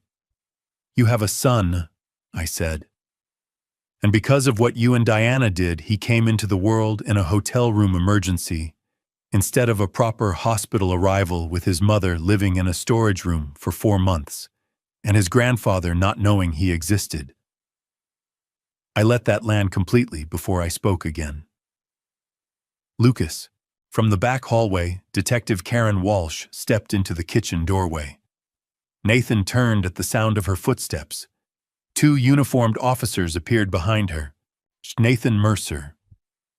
Walsh said, badge in hand, her voice carrying the calm authority of someone who had done this hundreds of times and found no satisfaction in it. "I have a warrant for your arrest on charges including financial fraud, theft by deception, and criminal poisoning." Please stand up and keep your hands where I can see them. Nathan stood. He did not fight it. He looked at me one last time over the kitchen table, over the folder, over the coffee mug, over the morning light, coming through the window where I had watched the sky for 31 years. Was any of it real? He said. Did you ever actually? I loved you every day of your life, I said. Even today. That's what makes this the hardest thing I have ever done. The handcuffs closed. The police took Nathan out through the front door at 8:51 in the morning. I stood at the kitchen window and watched the cruiser pull away from the curb on Elmwood Drive. And then I stood there for another minute after it disappeared around the corner, because my legs had decided that sitting down was a reasonable response to the last 6 hours, and I was inclined to agree with them. Detective Walsh came back inside after walking the officers out. Diana Cole, I said. Eddie Cross flagged her with the airport authority at Columbus Express last night. Walsh said, setting her folder on the counter. She booked a one-way to Miami under her own name, which tells you how confident she was that this would go differently this morning. She looked at me steadily. They picked her up at the gate at 7:40. She had 2 checked bags and a laptop. The laptop has already been flagged for forensic review. I thought about Diana sitting in a departure gate with 2 packed bags, confident that by this time this morning, I would have signed whatever Nathan put in front of me or been too incapacitated to stop him.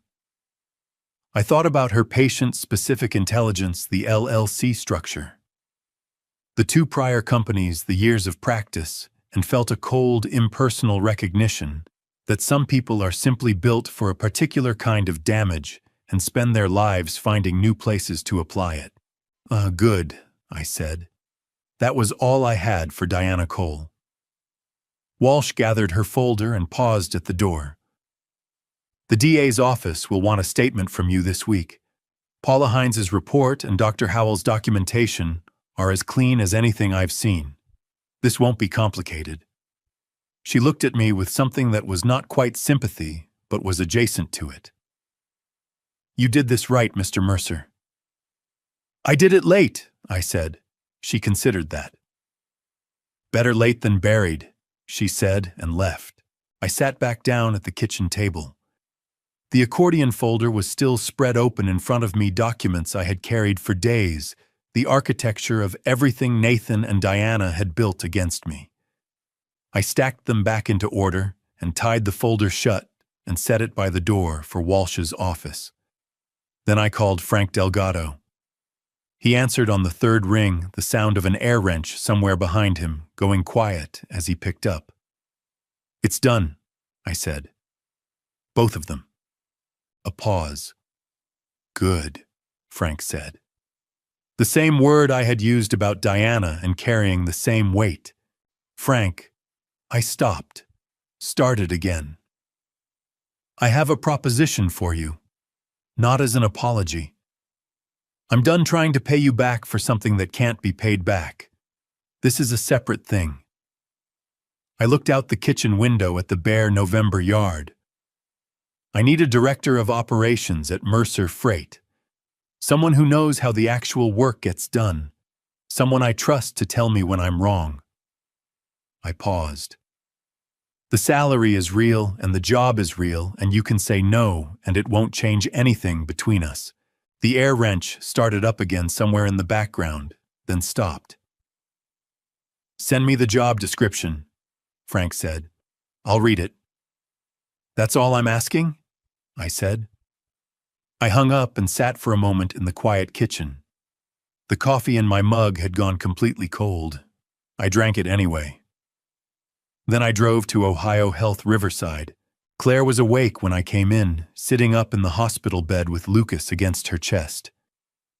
His face turned into her neck, both of them existing in the specific mutual peace of people who have been through something together and come out the other side of it. She looked up when I pushed the door open. How did it go? She said. Nathan is in custody, I said. Diana was picked up at the airport this morning. It's over. She closed her eyes for a moment. opened them. Her chin trembled once hard, and then she pressed her lips together and held it. "Okay," she said quietly. "Okay." I pulled the chair to the side of the bed and sat down. Lucas stirred slightly at the movement, a small adjustment, a tiny fist opening and closing against Claire's shoulder. "There's something I want to ask you," I said. "You don't have to answer right now. You don't have to answer at all if you don't want to." She looked at me. "I want to start the legal process to recognize you as family," I said. "Formally, permanently, you and Lucas both." I held her gaze. "Margaret would have wanted that. But more than that, I want it. Because you are the person who kept this family from disappearing, and you deserve to have it be yours as much as it is mine." Claire looked down at Lucas for a long moment. When she looked back up, her eyes were full again, but different from last night. Last night had been relief. This was something else. Something that looked quietly and without performance like the beginning of being home. "Yes," she said. "I'd like that very much, Hal." Spring came late to Columbus that year. The last of the snow did not fully release its grip on the yard at Elmwood Drive until the 3rd week of March. And even then, it went reluctantly retreating to the shaded corner by the fence, holding on in a thin gray strip for 2 weeks past, when everything else had thawed. By early April, though, the maple in the front yard had finally made up its mind, and the first leaves were out small and bright and unreservedly green in the way that only new things are. I noticed them from the kitchen window on a Tuesday morning, while I was making coffee and thinking about nothing important. It struck me that I had not noticed the leaves coming in for 3 years, not since Margaret died. I had lived through 2 springs without seeing them. I had been too busy performing my own slow disappearance to pay attention to anything that was quietly becoming. The trial had concluded in mid-March. Nathan pleaded guilty on all counts: financial fraud, theft by deception, criminal poisoning. The assistant district attorney told me the evidence package Paula had assembled was, in her words, cleaner than anything she had seen in 11 years of financial crime prosecution. Nathan received 17 years. He would be eligible for parole consideration after 12, which I understood, and did not have strong feelings about either way. He was my son, and I loved him, and I hoped that 12 years would be enough time for him to find his way back to the person who had written 9 words on a piece of paper at 19 years old. I did not attend the sentencing. I stayed home with Lucas. Diana Cole received 13 years on compounded charges: fraud, conspiracy, criminal poisoning, and 3 counts related to her prior companies in Akron and Hamilton County, which the DA's office had moved to reopen based on Paula's documentation. The woman who had spent years studying how to dismantle things other people had built was going to have a considerable amount of time to reconsider her methodology. I did not think about Diana Cole very much after that. Some things you close like a file cabinet and lock. The legal process to formally recognize Claire and Lucas as family was completed the 1st week of April. Claire Sutton Mercer by the court's declaration. Lucas Harold Mercer by his own birthright. The attorney who handled it was a woman named Barbara Keene, who had been doing family law in Columbus for 22 years, and who cried slightly when she handed me the finalized papers, which she apologized for, and which I told her was entirely unnecessary to apologize for. I framed the papers and hung them in the hallway beside the photograph from Put-in Bay. The 2nd week of April, I drove to Lou's Diner on my own on a Wednesday afternoon when the lunch rush had ended, and the place had settled into the particular quiet of mid-afternoon, the booths empty and the coffee maker cycling through its idle hum. Linda Cho was behind the counter restocking the pie display. She looked up when I came in. She set down the pie server and waited. I sat down on one of the counter stools. Not the corner booth, not today, not for this. and put both hands flat on the counter. "I owe you something I don't know how to properly calculate," I said. "You gave my daughter-in-law a place to sleep when she had nowhere. You gave her work when she needed to feel like she was still standing on her own feet. You kept her safe for 4 months without knowing who I was, or whether any of it would matter." I held Linda's gaze. "I know you didn't do it for me. I know you did it for her. But it got her to the place where she could find me, and I need you to understand what that means." Linda looked at me for a long moment, with the steady, unsentimental expression of a woman who had been running a diner for 22 years and had long since stopped being surprised by what walked through her door. "She's a good person," Linda said simply. "You don't need a reason beyond that." "No," I said. "You don't." I reached into my jacket and set a sealed envelope on the counter between us. "This is a purchase offer for Lou's Diner, full market value independently appraised. The terms include a lifetime management agreement. You run this place exactly as you always have for as long as you want to. Nothing changes except who holds the deed." I kept my hand on the envelope. "You can say no. I won't be insulted and it won't change anything between us. But I wanted you to have the option of not worrying about whether the building's owner decides to sell out from under you." Linda looked at the envelope. She looked at me. "How'd you know I was renting?" she said. "I asked around," I said. She picked up the envelope and turned it over in her hands without opening it. Then she set it back down and poured me a cup of coffee, the real kind, not decaf, and slid it across the counter. "I'll have my nephew read it," she said. "He's a paralegal." "That's all I'm asking," I said. I drank the coffee. It was good. It was the best cup of coffee I had tasted in a long time, which I recognized had less to do with the coffee than with the fact that I could drink it without wondering what was in it. On the second Saturday of April, Claire's parents drove up from West Virginia. Doug and Patty Sutton arrived in a 10-year-old Subaru with 2 casseroles, a hand-knitted blanket for Lucas, and the particular energy of people who had been worried about their daughter for a long time and were only now beginning to believe that the worry was over. Doug was 62, a large, quiet man with Claire's steady eyes, who shook my hand with both of his and said thank you, in a voice that carried everything it needed to without elaboration. Patty was smaller and louder, and cried twice before she had been in the house 10 minutes first, when she saw Claire, and then immediately again when Claire put Lucas in her arms. Frank Delgado arrived at noon. He came in his work clothes. He had been at the warehouse all morning, because his first week as director of operations at Mercer Freight had involved an inventory audit that he had voluntarily extended past Friday. He nodded at me when he came through the back door, accepted coffee from Claire, and spent 20 minutes talking freight logistics with Doug, who had driven trucks for 17 years before his knees gave out, and the two of them got along immediately and completely in the way of people who speak the same first language. I sat in the yard in the afternoon light with Lucas in my lap. He was 5 weeks old and had recently discovered that the world contained things worth looking at, and he was exercising this discovery with great seriousness, his dark eyes tracking the movement of leaves in the April wind with the concentrated attention of a scientist observing a new phenomenon. Claire sat in the chair beside me, her shoulder close to mine, not touching, but near enough that I was aware of it. From inside the house came the sounds of Patty washing dishes and Doug telling Frank something about highway grades in West Virginia that Frank was responding to with what sounded like genuine interest.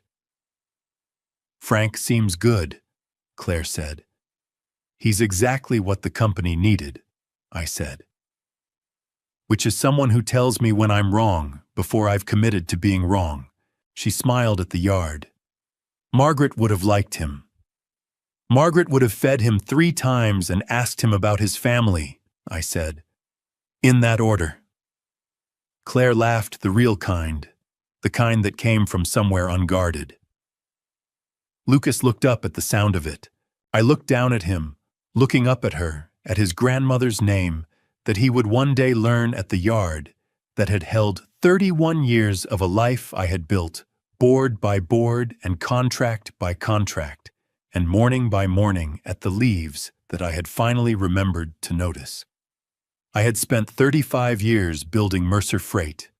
Warehouses, contracts, trucks, accounts, things made of metal and paper and handshakes. I had believed that was the structure. That was what lasted. But the thing in my lap weighed 5 pounds and 14 ounces and had a mark on his shoulder that connected him to people he would never meet. And he was looking at his mother with the absolute unearned trust of someone who had arrived in the world already knowing where home was. "Margaret," I said quietly to no one in particular, and to her specifically, "I think I finally understand what you were trying to tell me." The April wind moved through the maple. The leaves turned in it bright and new and unreservedly green. I held my grandson and stayed right where I was. Looking back on everything that happened, I keep returning to one simple truth that took me 67 years to fully understand. You can build a fortune with your hands, but you cannot buy back the moments you were too busy to notice. I am not proud of the father I was. I gave Nathan everything except the one thing that mattered: my actual presence. I was in the building, but never really in the room. And a child who grows up watching an empty chair learns eventually to fill it with something dangerous. Do not make the mistake I made. Do not measure your worth by the size of your company or the balance of your accounts. Measure it by whether the people who needed you actually felt you there.